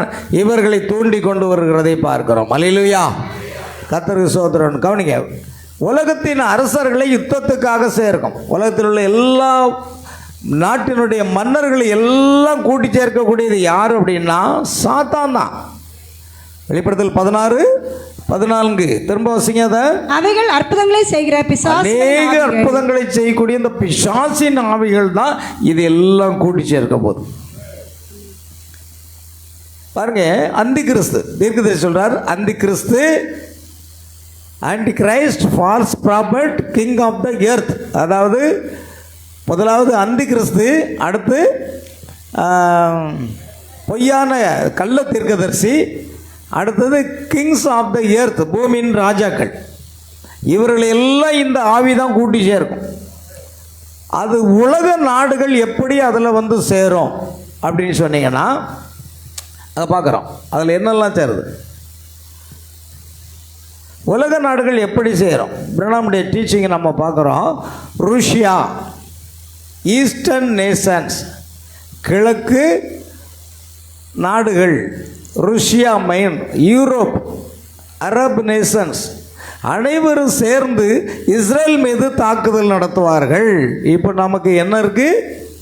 அங்கே ரஷ்யாவை முதற்கொண்டு எல்லாமே இருக்கிறது, அதுவும் அதோட சேரும். அப்பொழுது கர்த்தரின் வருகை என்னவா இருக்கிறது? வெளிப்படுத்தல் 19:11 ரகசிய வருகை குறிக்கலை, ரகசிய வருகையில் மன்னிக்கவும், எடுத்துக்கொள்ளப்படுதலை குறிக்கலை. ஏன்னா எடுத்துக்கொள்ளப்படுதல் என்பது அதுக்கு முன்பாக நடந்துவிடும். இது உபத்திரவ காலத்தின் முடிவில் நடைபெறக்கூடிய யுத்தம். இந்த அர்மகதோன் யுத்தத்துக்கு முன்பாகவே மணவாட்டி எடுத்துக்கொள்ளப்படுவாள். அப்பொழுது மணவாட்டி மகிமையில் இருப்பாள். ஆனால் அந்த யுத்தம் என்ன செய்யும்? இப்பொழுதிலிருந்தே ஆரம்பமாகி நடந்து கொண்ட யுத்தத்தையும் யுத்தத்தின் செய்திகளையும் கேள்விப்படுங்கள். இப்பொழுது நடந்து கொண்டே இருக்கிறது. ஆமேன். பாருங்க பிரியமானவர்களே, இதையெல்லாம் நம்ம பார்க்கும்போது நம்முடைய மீட்பு சமீபமாக இருக்கிறது என்று எண்ணி நம்முடைய தலைகளை உயர்த்தணும். உலக பிரகாரமான வாழ்க்கை வேண்டாம். உலகப்புறமான வருத்தம், கசப்பு, அது இது எல்லாத்தையும் தூக்கி தூரப்பட்டு இயேசு கிறிஸ்துவின் அன்பினால் நிறையப்பட்டு அவருக்காக வாழக்கூடிய ஒரு நேரம். ஏன்னா இன்னும் நமக்கு காலம் செல்லாது, டைம் இல்லை. இதெல்லாம் ஏன் நடக்கு, ஏன் இந்த யுத்தம் நடக்குன்னு நல்லா கவனிங்க. ஆகையால் வெளிப்படுத்தல் 19ஆம் அதிகாரம் 11ஆம் வசனத்தில் பிசாசு இந்த யுத்தத்துக்கு எல்லா ராஜாக்களையும் என்ன செய்வான், கூட்டி சேர்ப்பான். ஆனால் கர்த்தர் அங்கே என்ன செய்கிறார்? வெளிப்படுத்தல் 19:11. பின்பு பரலோகம் திறந்திருக்க கண்டேன், இதோ ஒரு வெள்ளை குதிரை காணப்பட்டது. அதன் மேல் ஏறி இருந்தவர் உண்மையும் சத்தியம் உள்ளவர் எண்ணப்பட்டவர். அவர் நீதியாய் நியாயம் தீர்த்து யுத்தம் பண்ணுகிறார். பாருங்க, இப்பொழுது வெளிப்படுத்தல் 19ஆம் அதிகாரத்தில் வெள்ளை குதிரையின் மேலே கிறிஸ்து வருகிறார். அவர் என்ன செய்கிறார்? உண்மையும் சத்தியம் உள்ளவர்.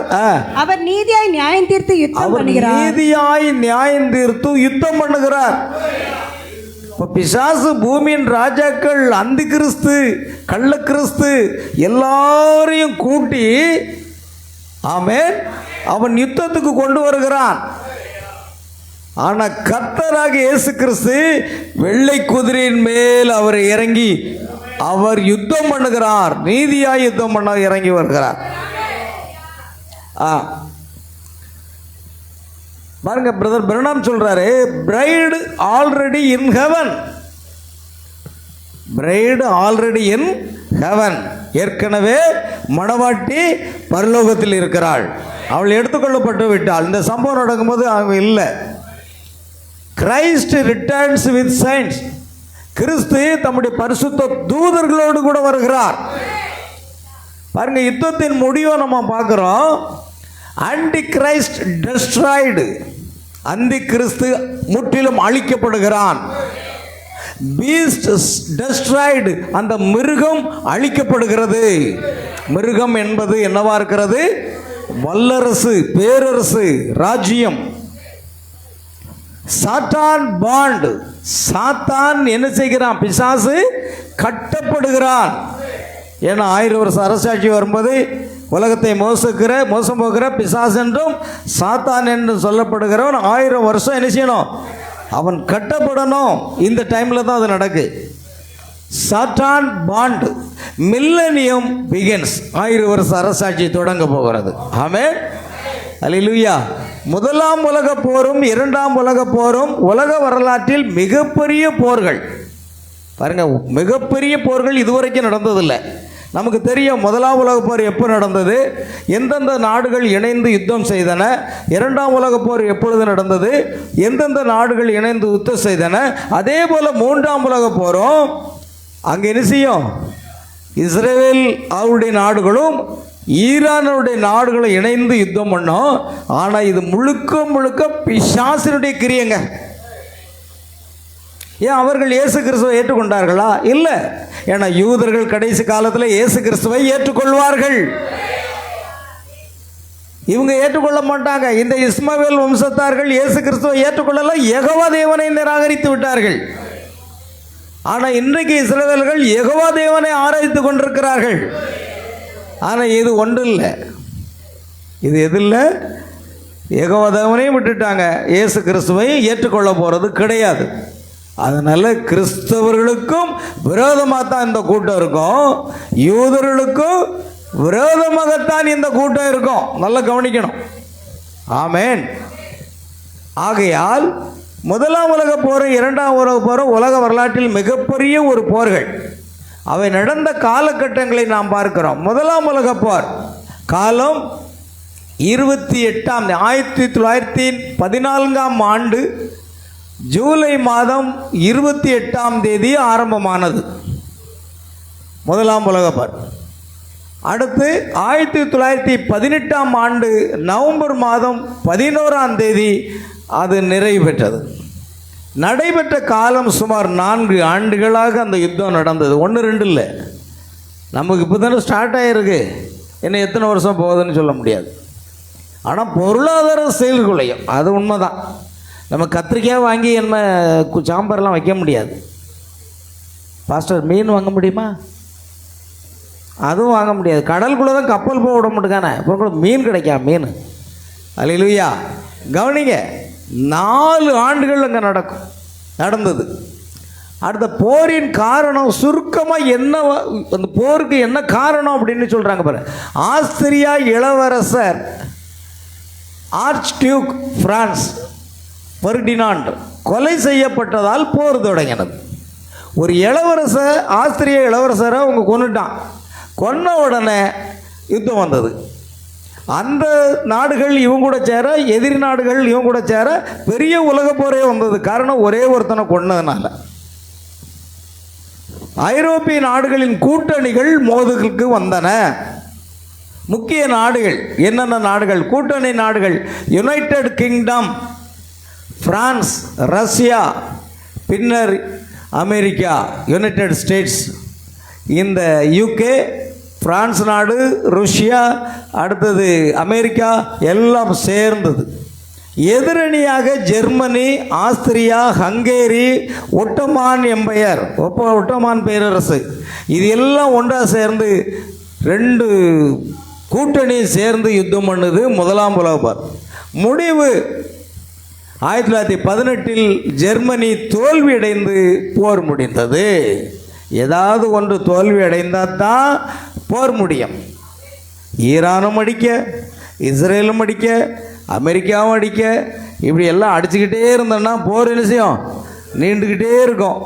ஏதாவது ஒன்று தோல்வியில் முடிஞ்சுன்னா யுத்தம் முடியும். அப்போ தான் முடிஞ்சது. ஜெர்மனி என்ன செய்தது? தோல்வி அடைந்து போர் முடிந்தது. அடுத்த 2ஆம் உலக போரை நம்ம கவனிக்க போகிறோம். 2ஆம் உலக போரை பார்த்தீங்கன்னா 1939ஆம் ஆண்டு செப்டம்பர் மாதம் 1ஆம் தேதி அது ஆரம்பமாகிறது. அடுத்து 1945ஆம் வருடம் செப்டம்பர் மாதம் 2ஆம் தேதி அது முடிவு பெறுகிறது. இந்த யுத்தம் 6 ஆண்டுகள் நீடித்தது. எத்தனை ஆண்டு?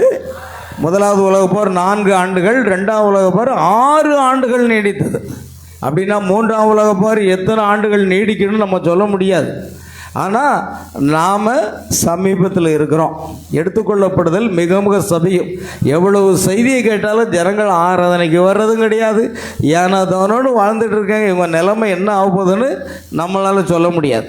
நம்ம ஆவிக்குரிய ஜீவியத்தில் நாம் இன்னும் முன்னேறி செல்ல வேண்டியது அவசியமாக இருக்கிறது. கவனிங்க. ஆகையால் 6 ஆண்டுகள் இந்த போரின் காலகட்டம். அடால்ஃப் ஹிட்லர் தலைமையிலான ஜெர்மனி போலந்து மீது தாக்கல் நடத்தியதால் போர்தல் தொடங்கியது. இந்த போர் எப்படி தொடங்குறதா? ஹிட்லர் அவன் ஒரு சர்வாதிகாரியாக இருந்தான்.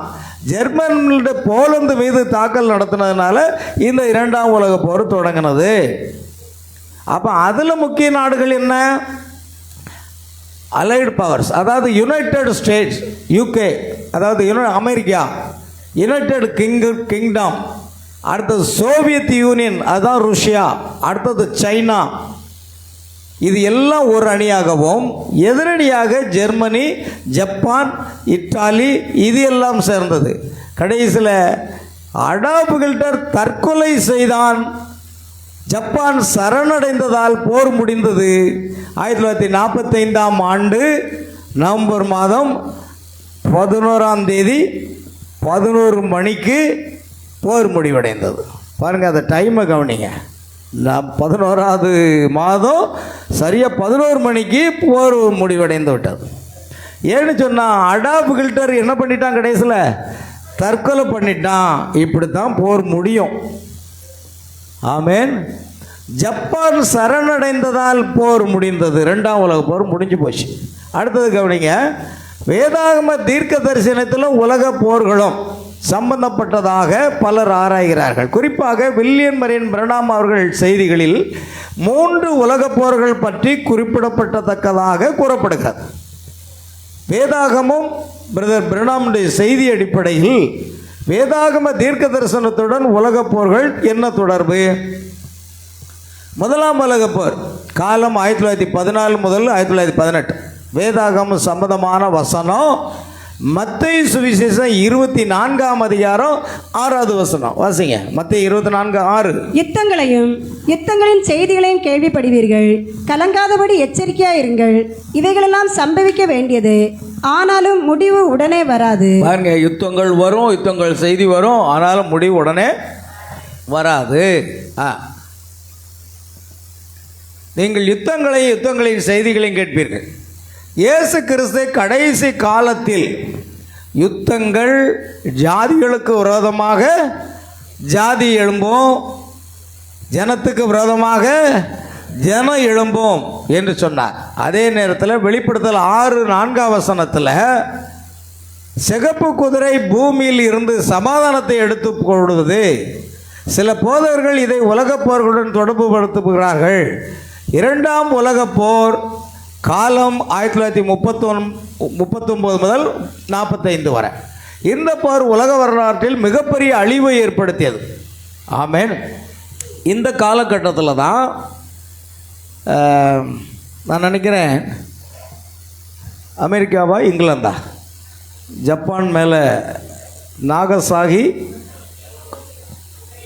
அமெரிக்கா நாகசாகி, ஹிரோஷிமா 2 பட்டணங்களில் அவர்கள் அணுகுண்டை வீசினாங்க. 2வது உலகப் போரில் அணுகுண்டு பயன்படுத்தப்பட்டது. ஆனால் இப்போ எல்லா நாடுகளையும் அணுகுண்டு இருக்குது. ஈரானில் அணுகுண்டு பதுங்குகுழியில் வச்சுருக்கான். இது பெரும் சேதத்தை ஏற்படுத்தும். ஜப்பானில் நாகசாகி, ஹிரோஷிமா அந்த நாடுகளின் மீது அணுகுண்டு போடுறதுனால இன்றைக்கும் குழந்தைகள் ஊனமாக பிறக்கிறார்களாம். 50 வருஷம் தாண்டியாச்சு, கூட இருக்கும். 50 வருஷம் இல்லை, கூட ஆயிட்டு இல்லையா? 45 என்னாச்சு? எத்தனையோ வருஷம் ஆச்சு. 70 ஆண்டுகள் ஆகுது. ஆனால் இன்றைக்கு அதை துக்க நாளாக அவர்கள் கடைபிடித்து வருகிறார்கள். இன்றைக்கும் குழந்தைகள் என்னாகுதான்? ஊனமாக பிறக்கிறது என்று சொல்கிறார்கள். அதே நிலை திரும்ப வந்துவிடக்கூடாது என்னன்னு தான் அணு பயன்படக்கூடாது, அணுகுண்டுகள் பயன்படுத்தக்கூடாதுன்னு சொல்லி எல்லா நாடுகளும் ஒற்றுமையாக கையெழுத்திட்டு இருக்கிறது. அதையும் மீறி இதை அங்கே பதுங்கு குழியில் இதை செய்கிறதுனால தான் இந்த யுத்தத்துக்கு பிரச்சனை. ஆமாம். ஆனால் நான் ஒரு காரியத்தை சொல்கிறேன். ஆகையால் இது மிகப்பெரிய பேரழிவை ஏற்படுத்துது. வாசிக்கலாம் பாருங்கள். மரணம் மற்றும் பட்டினி, காட்டு மிருகங்கள் மூலம் ஒரு பங்கில் அழிவு. இந்த காலத்தில் அணுகுண்டு, ஆட்டோமிக் பாம் கோடிக்கணக்கான மக்கள் மரணம் அடைவதற்கு காரணம். அல்லேலூயா. அணுகுண்டு பயன்படுத்தப்படுகிறதை நாம் பார்க்கிறோம். அல்லேலூயா. அணுகுண்டு நாம் பயன்படுத்தப்படுகிறத நம்ம பார்க்குறோம். கவனிங்க அருமையான தேவ பிள்ளைகளே, இந்த அணுகுண்டு என்பதை இவங்க என்ன செய்கிறாங்கன்னா பயன்படுத்துகிறாங்க. இந்த 2ஆம் உலகப் போரில் அது பெரிய அழிவு உண்டாக்கிவிட்டது என்பதை நம்ம பார்க்குறோம். கோடிக்கணக்கான மக்கள் மரணம் அடைந்தாங்க. நான் ஏற்கனவே உங்களுக்கு கோடிட்டு காமிச்சிருக்கிறேன். 1ஆம் உலகப் போரில் எவ்வளோ பேர் மரணம் அடைந்தாங்க, 2 பக்கமும் எவ்வளோ பேர் மரணம் அடைந்தாங்க, எவ்வளோ பேர் காயப்பட்டாங்க, இதெல்லாம் நான் பேசியிருக்கிறேன். உங்களுக்கு ஞாபகம் இருக்கும். அதேமாதிரி 2ஆம் உலகப் போரில் அதை விட அதிகம் லட்சக்கணக்கானவர்கள் செத்து போனாங்க. இவை கடைசி கால தீர்க்க தரிசனங்களின் அறிகுறியாக பார்க்கப்படுகின்றன. இதையெல்லாம் இயேசு கிறிஸ்து மத்திய 24 சொல்லிட்டு போயிருக்கார். தீர்க்கதரிசி பிரணாமுடைய மெசேஜில் உலகப்போர் தீர்க்க தரிசனம் சொல்கிறார் பாருங்க. முக்கிய கருத்து 1933 அவர் ஒரு தரிசனம் பெற்றதாக கூறினார். அதில் 3 உலகப்போர்கள் பற்றி குறிப்பிட்டதாக பல செய்தியில் சொல்கிறார். என்ன அப்படின்னா, there will be 3 world wars. The first one has passed, the second one has passed, and the third one is yet to come. 1ஆம் உலகப் போர், 3 உலகப் போர் இருக்கிறது. 1ஆம் உலகப் போர் கடந்து போய்விட்டது, 2ஆம் உலகப் போரும் கடந்து போய்விட்டது. ஆனால் 3வது உலகப் போர் இப்பொழுது சமீபமாக வருகிறது. அது மாற்ற முடியாது. ஒரு தேவனுடைய தீர்க்கதரிசி எத்தனை ஆண்டுகளுக்கு முன்னால் சொல்லிட்டு போயிட்டார். அந்த 3ஆம் உலகப் போர் கண்டிப்பாக வரும். வேதத்தின் அடிப்படையில் த 7 சர்ச் ஏஜஸ் என்ற செய்தியில் அவர் சொல்கிறார். 7 சபக்காலங்கள். The second war ended with Hitler. அதை நம்ம ஏற்கனவே பார்த்துட்டோம். கவனிக்க.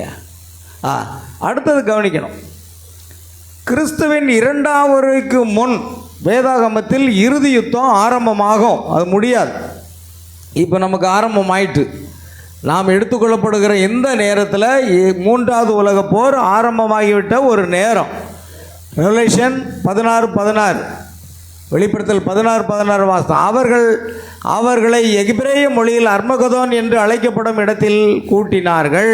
பாருங்க, கடைசியில் எருசலேமுக்கு விரோதமாக எல்லா நாடுகளும் எழும்பும்போது தான் இந்த பிரச்சனை அங்கே வருது. இந்த அர்மகதோன் வார் என்பது இறுதி பெரிய யுத்தமாக வேதாகமத்தில் கூறப்பட்டுள்ளது.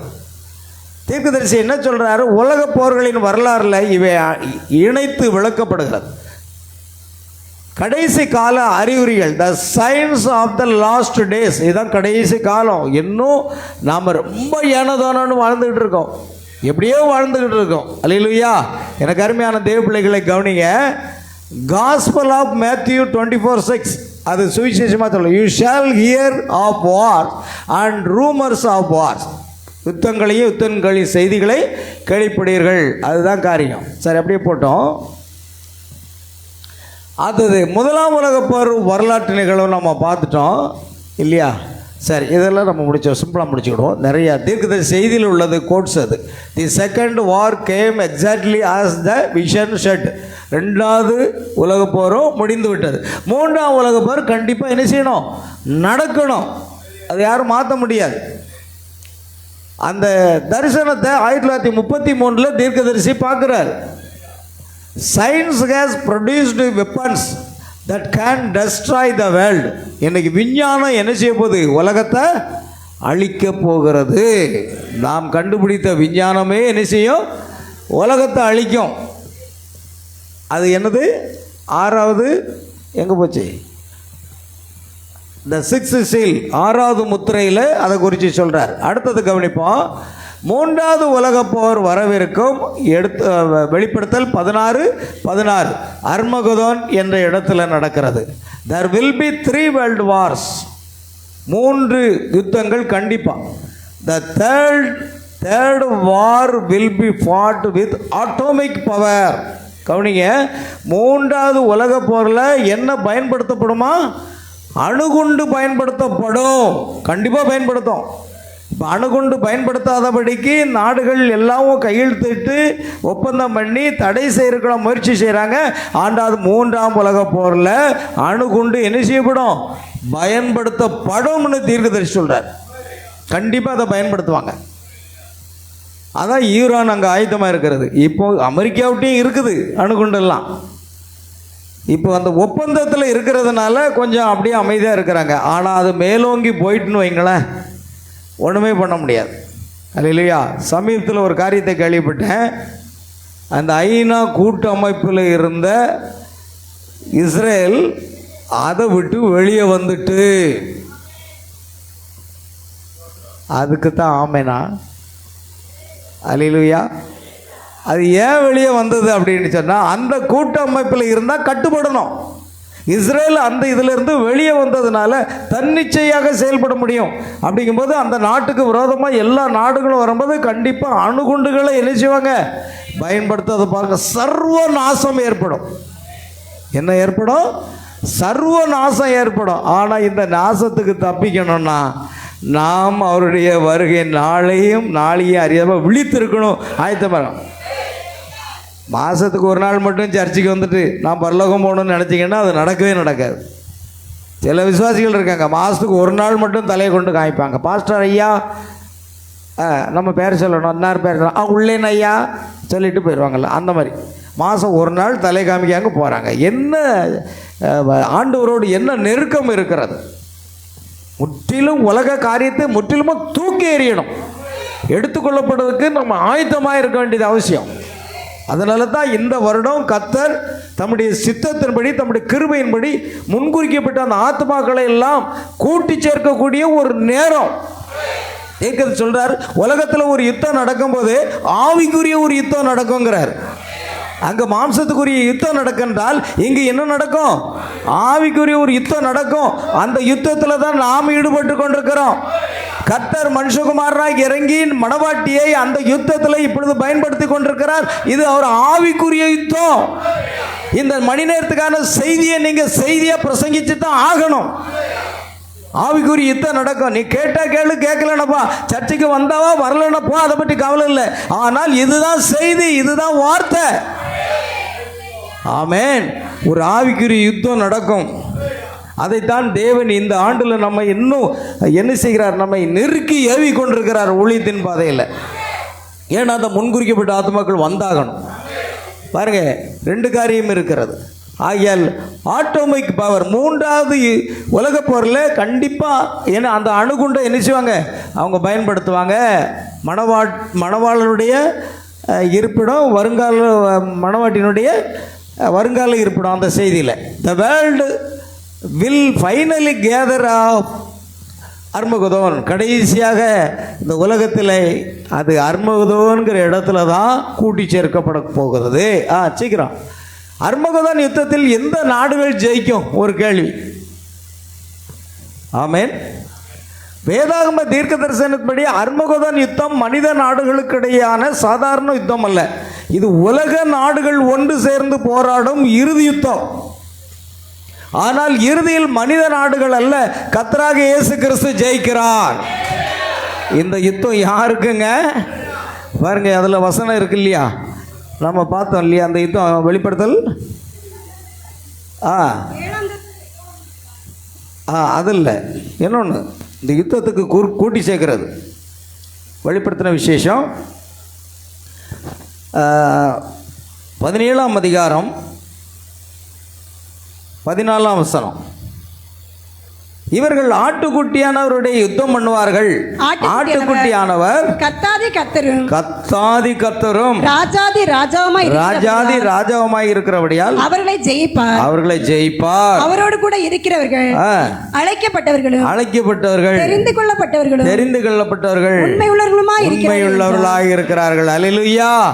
நாம தான் மணவாட்டி தான், அழைக்கப்பட்டவர்கள், தெரிந்து கொள்ளப்பட்டவர்கள், முன்குறிக்கப்பட்டவர்கள், அவரோடு கூட இருப்பாங்க. ஆட்டுக்குட்டியானவர் ராஜாதி ராஜாவும் கர்த்தாதி கர்த்தாவும் இருக்கிறதுனால இந்த யுத்தத்தில் அவர்களை என்ன செய்யார்? ஜெயிப்பார்.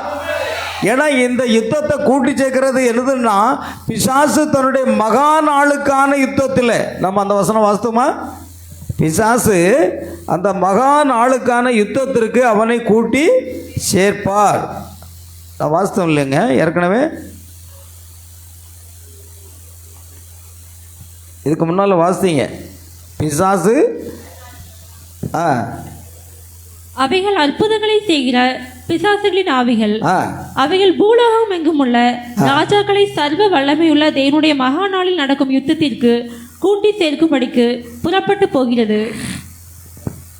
அந்த மகா நாள், யுத்தத்தின் மகா நாளுக்காக கூட்டி சேர்க்கிறது அது இருக்கா? 16 சரி சரி, கவனிங்க. பின்பு நான் பார்த்தபோது இது வெண்மையான, அது இல்லையா? 16 சரி.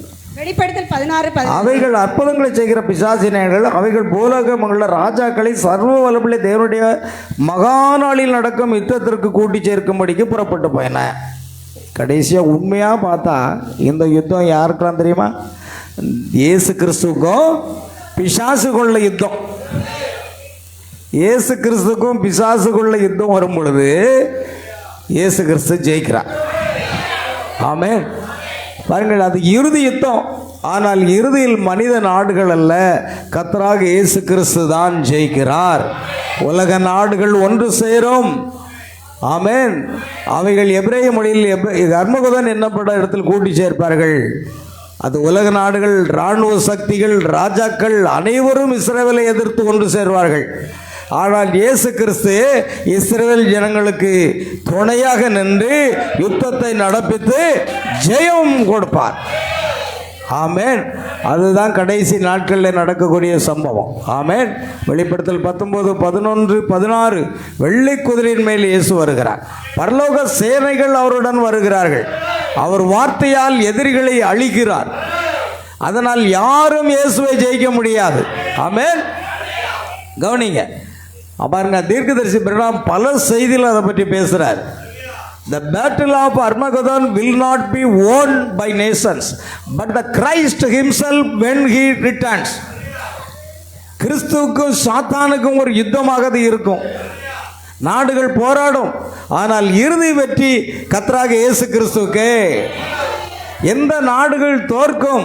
வேதாகம தீர்க்கதரிசனப்படி அர்மகதோனில் ஒன்று சேரும் சக்திகள் ஐரோப்பிய கூட்டமைப்பு, அந்த ரோமன் சிஸ்டம், கிழக்கு நாடுகள், உலக இராணுவ சக்திகள். ஆனால் எல்லாரும் இறுதியில் கிறிஸ்துவால் தோற்கடிக்கப்படுவார்கள். அர்மகதோனில் யார் போராடுவார்கள்? உலக நாடுகள். யார் ஜெயிப்பார்கள்? இயேசு கிறிஸ்து. எப்படி ஜெயிப்பார்? தம்முடைய வார்த்தையால், தம்முடைய வல்லமையால் அவர் ஜெயிக்க போகிறார். அல்லேலூயா, பிரைஸ் தி லார்ட். கர்த்தர் தாமே உங்களை ஆசீர்வதிப்பாராக. யாவரும் எழுந்து நிற்போம். கடைசியாக ஒரு பாடலை பாடி நாம் நிறைவு செய்வோம். அருமையான தேவனுடைய பிள்ளைகளே, இந்த கடைசி அந்த ஒரு வசனத்தை வாசிங்க. நான் அதை விட்டுட்டேன். கடைசியாக வெளிப்படுத்தின விசேஷம் 11ஆம் அதிகாரம் 15ஆம் வசனத்திலே வாசிக்கலாம்.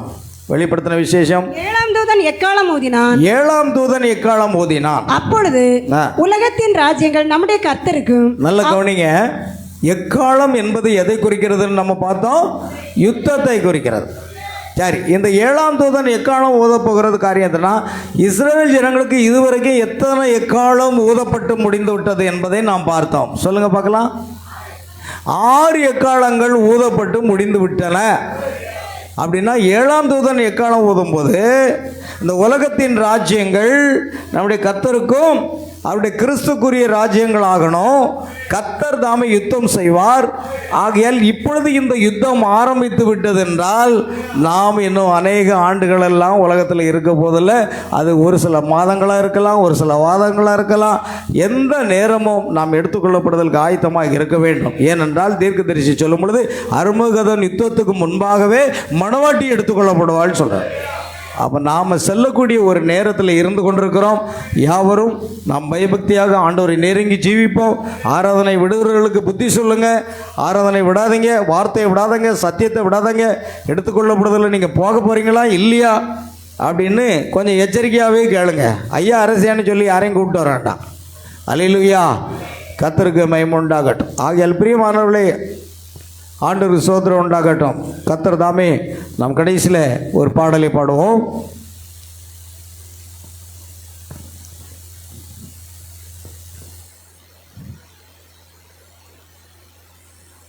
Praise the Lord Jesus. நன்றியப்பா, கொடான கொடிய ஸ்தோத்திரம்.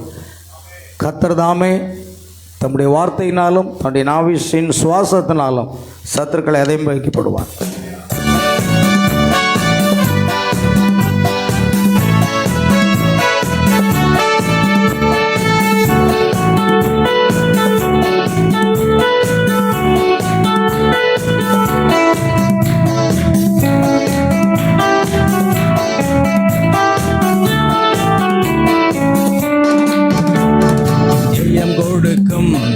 தேவனுக்கு கோடி கோடி ஸ்தோத்திரம். வாழ்வழிக்கும் இயேசு ராஜாவுக்கு வாழ்நாள் எல்லாம் ஸ்தோத்திரம்.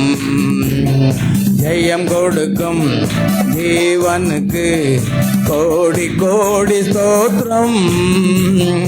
வாழ்வழிக்கும் இயேசு ராஜாவுக்கு வாழ்நாள் எல்லாம் ஸ்தோத்திரம். அல்லேலூயா அல்லேலூயா பாடுவேன், ஆனந்த துனியால் உயர்த்துவேன். அல்லேலூயா அல்லேலூயா பாடுவேன், ஆனந்த துனியால் உயர்த்துவேன். ஜெயம் கொடுக்கும் தேவனுக்கு கோடி கோடி ஸ்தோத்திரம். வாழ்வழிக்கும் இயேசு ராஜாவுக்கு வாழ்நாள் எல்லாம் ஸ்தோத்திரம்.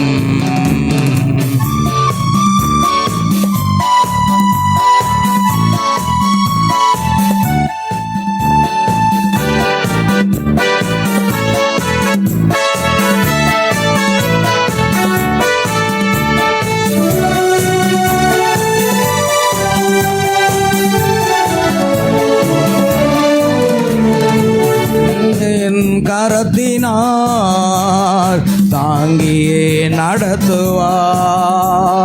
நீதியின் கரத்தினார் தாங்கியே நடத்துவார். கர்த்தரே என்பல எதற்குமே அஞ்சிடேன். கர்த்தரே என்பல எதற்குமே அஞ்சிடேன். ஜெயம் கொடுக்கும் தேவனுக்கு கோடி கோடி ஸ்தோத்திரம். வாழ்வழிக்கும் இயேசு ராஜாவுக்கு வாழ்நாள் எல்லாம் ஸ்தோத்திரம்.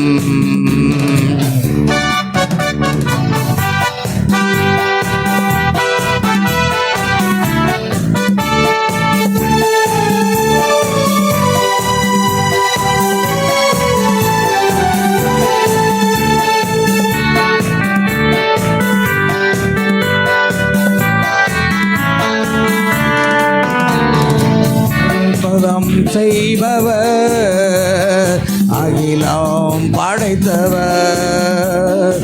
அற்புதம் செய்பவர் அகிலம் படைத்தவர். யுத்தத்தில் வல்லவர் மீட்பர் ஜெயிக்கிறார். யுத்தத்தில் வல்லவர் மீட்பர் ஜெயிக்கிறார். ஜெயம் கொடுக்கும் தேவனுக்கு கோடி கோடி ஸ்தோத்திரம். வாழ்வழிக்கும் இயேசு ராஜாவுக்கு வாழ்நாள் எல்லாம் ஸ்தோத்திரம்.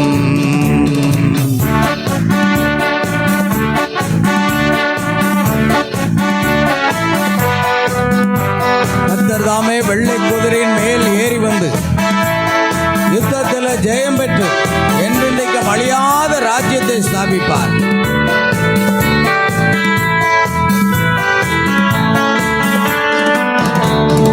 நம்பிக்கை தேவனே நன்மைகள் அளிப்பவர். நம்பிக்கை தேவனே நம்பிக்கைகள் அளிப்பவர். வார்த்தையை அனுப்பியே மகிமைப்படுத்துவார். வார்த்தையை அனுப்பியே மகிமைப்படுத்துவார். ஜெயம் கொடுக்கும் தேவனுக்கு கோடி கோடி ஸ்தோத்திரம். வாழ்வழிக்கும் இயேசு ராஜாவுக்கு வாழ்நாள் எல்லாம் ஸ்தோத்திரம். ஜெயம் கொடுக்கும் தேவனுக்கு கோடி கோடி ஸ்தோத்திரம். வாழ்வழிக்கும் இயேசு ராஜாவுக்கு வாழ்நாள் எல்லாம் ஸ்தோத்திரம். செபிப்போமா. கரங்களை தட்டி கர்த்தரை மகிமைப்படுத்தும். நன்றி ஆண்டவராக இயேசுவே, துதிக்கிறோம், ஸ்தோத்திரிக்கிறோம். கர்த்தாவே, ஆசீர்வதிக்கப்பட்ட இந்த ஆராதனையின் வேலைக்காக ஸ்தோத்திரம். பாடின பாடல்களை ஆசீர்வதித்து கொடுத்தீர். ஆராதனை வழி ஆசீர்வதித்து வந்தக்காக ஸ்தோத்திரம். சாட்சி சொன்ன பிள்ளைகளை ஆசீர்வதியும், சிறு குழந்தைகளை ஆசீர்வதியும். தேவநாம் மகிமைக்கென்று ஆண்டவரே ஸ்தோத்திரம். இந்த தேவ செய்திகளை ஆசீர்வதித்து கொடுத்தீர். இது ஒரு எச்சரிக்கையின் செய்தியாகவும் மணவாட்டிக்கு மகிழ்ச்சியான ஒரு செய்தியாகவும் இருக்கத்தக்கதாக தேவன் தாமே ஆண்டவரே வேதத்தின் அடிப்படையிலும் இந்த காலத்துக்குரிய தீர்க்கதரிசியின் செய்தியின் அடிப்படையிலும் கர்த்தர் எங்களுக்கு செய்தி விளக்கி கொடுத்த தயவுக்காக நன்றி செலுத்துகிறோம். ஆம் கர்த்தாவே, இந்த யுத்தமானது 3வது உலகப் போராக நடந்து தீர்க்கதரிசி சொன்னது போலவே இந்த அணுகுண்டுகளை அவர்கள் உபயோகிப்பார்கள் என்பதை நாங்கள் பார்க்கிறோம். அந்த நேரம் வரும்பொழுது மணவாட்டி அதற்கு முன்பாக எடுத்துக்கொள்ளப்பட்டு ஆண்டவரே உம்முடைய ராஜ்யத்திலே உம்முடைய அரண்மனையிலே கொண்டு சொல்லப்படுவார்கள் என்று நாங்கள் விசுவாசிக்கிறோம். ஆண்டவரே, ஆம் கர்த்தராக இயேசுவே, இந்த யுத்தமானது நிறைவு பெறுகிற சமயத்தில் கர்த்தர் தாமே வெள்ளைக்குதிரையின் மேல் ஏறி வந்து ஆண்டவரே அந்த அந்தி கிறிஸ்துவை, அந்த மிருகத்தை, அந்த உலகத்தினுடைய ராஜ்யங்களை எல்லாம் நொறுக்கி போட்டு ஆண்டவரே அந்த கைகளினால் பயிர்க்கப்படாத அந்த கல் உருண்டு வந்து அந்த சிலையின் பாதத்தில் மேல் மோதி அதை நொறுக்கி போட்டது போல இந்த கடைசி யுத்த நாளிலே ஆண்டவரே நீர் எல்லாவற்றையும் நொறுக்கி போட்டு ஆண்டவரே நீர் ஜெய வீரராக இருந்து எங்களுக்கு ஆண்டவரே இந்த உலகத்தின் ராஜ்யங்கள் நம்முடைய கர்த்தருக்கு அவருடைய கிறிஸ்துக்குரிய ராஜ்யங்களாக மாறி அப்பொழுது மணவாட்டி 1000 வருஷ அரசாட்சி அரசாட்சிக்கு மறுபடியும் இந்த பூமிக்கு கொண்டு வரப்போகிறதை நாங்கள் காண்கிறோம். தேவனே, இந்த யுத்தம் எங்கு கொண்டு செல்லுகிறது? மணவாட்டியை 1000 வருஷ அரசாட்சிக்கு கொண்டு செல்கிறதை நாங்கள் பார்க்கிறோம். ஆகையால் இப்படிப்பட்ட யுத்தம் நடந்தே ஆக வேண்டும். அது தேவனுடைய சித்தமாக இருக்கிறது. அது பரிசுத்த வேதாகமத்தின் தீர்க்க தரிசனமாக இருக்கிறது. அதை யாருமே மாற்ற முடியாது. ஆண்டவரே, கர்த்தாவே, ஆண்டவரே, அந்தி கிறிஸ்துக்கு ஒரு முடி கட்டுவதற்காக, சாத்தானுக்கு ஒரு முடி கட்டுவதற்காக, பிசாசுக்கு ஒரு முடிவு கட்டுவதற்காக கர்த்தர் நீர் இறங்கி வந்து யுத்தம் பண்ணி நீர் ஜெயிப்பீர் என்று வேதத்தில் எழுதப்பட்டிருக்கிறது. அதை யாராலும் மாற்ற முடியாது. ஆண்டவரே, இந்த உலகத்தின் ராஜ்யத்தை முற்றிலுமாக நீர் பிடுங்கி, சாத்தானுடைய கையிலிருந்து பிடுங்கி, ஆண்டவரே ஸ்தோத்திரங்கத்தாவே, ஆண்டவரே, 1000 வருஷ அரசாட்சியில் மணவாளன் மணவாட்டியோடு வாழப்போகிற அந்த நாளை நாங்கள் எதிர்பார்த்து கொண்டிருக்கிறோம். நிச்சயமா ஆண்டவரே கத்தாவே, இந்த ஆராதனை எங்களுக்கு முழுவதுமாக ஆசீர்வதித்து தந்ததுக்காக நன்றி செலுத்துகிறோம். இந்த தேவ செய்தியானது அநேக தேவ பிள்ளைகளுக்கு பிரயோஜனமாக இருக்கத்தக்கதாக தேவன் இதை ஆசீர்வதித்து கொடுப்பீராக. இந்த செய்தியை கேட்க போகிறவருடைய ஒவ்வொருடைய மன கண்களும் திறக்கப்படுவதாக. இந்த மணி நேரத்துக்கான செய்தியை புரிந்து கொள்ள தேவன் கிருபை பாராட்ட வேண்டுமா ஜெபிக்கிறோம். ஆண்டவரே, இன்றைக்கு கிறிஸ்தவர்கள் ஏனோ தானா என்று ஆண்டவரே ஒரு குளிரும் இல்லாமல் அனலும் இல்லாத ஒரு வாழ்க்கை வாழாதபடி ஆண்டவரே ஆவியில் அனலாக ஜீவிக்கத்தக்கதாக கிருபை செய்யுங்க. விசுவாசிகள் அநேகர் ஆராதனை விட்டு விடுகிறார்கள். ஏனோ தானா என்று ஜீவிக்கிறதை நாங்கள் பார்க்கிறோம். ஒவ்வொருவருக்கும் உணர்வுள்ள இருதயங்களை கொடுத்து அவருடைய பின்மாற்றத்தின் ஆவிகளை கடிந்து கட்டி அப்புறப்படுத்தி ஆண்டவரே உம்முடைய வார்த்தைக்குள்ளாக நீர் சத்தியத்துக்குள்ளாக கொண்டு வர முடியாது ஜெபிக்கிறோம். சகல துதி கன மகிமை யாவற்றையும் உமக்கு செலுத்துகிறோம். எங்கள் கர்த்தராகிய இயேசு கிறிஸ்துவின் நாமத்தில் கேட்கிறோம் பிதாவே, ஆமென். என் ஆத்மாவே கர்த்தரை ஸ்தோத்திரி, என் ஆத்மாவே கர்த்தரை ஸ்தோத்திரி. கர்த்தர் செய்த சகல வாரங்களை மறவாதே, ஆமென். நம்முடைய கர்த்தராகிய இயேசு கிறிஸ்துவினுடைய கிருபையும் தேவனுடைய அன்பும் பரிசுத்த ஆவியினுடைய ஐக்கியமும் சந்தோஷமும் சமாதானமும் சுகமும் பலமும் ஆசீர்வாதங்களும் நம் அனைவரோடும், நம் குடும்பத்தார் அனைவரோடும், சகல பரிசுத்தவான்கள் அனைவரோடும் இன்று என்று சதா காலமும் நிலைத்திருப்பதாக. அல்லேலூயா, பிரைஸ் தி லார்ட். கர்த்தராகிய இயேசு கிறிஸ்து உங்கள் ஒவ்வொருவரை ஆசீர்வதிப்பார். God bless you, God bless you.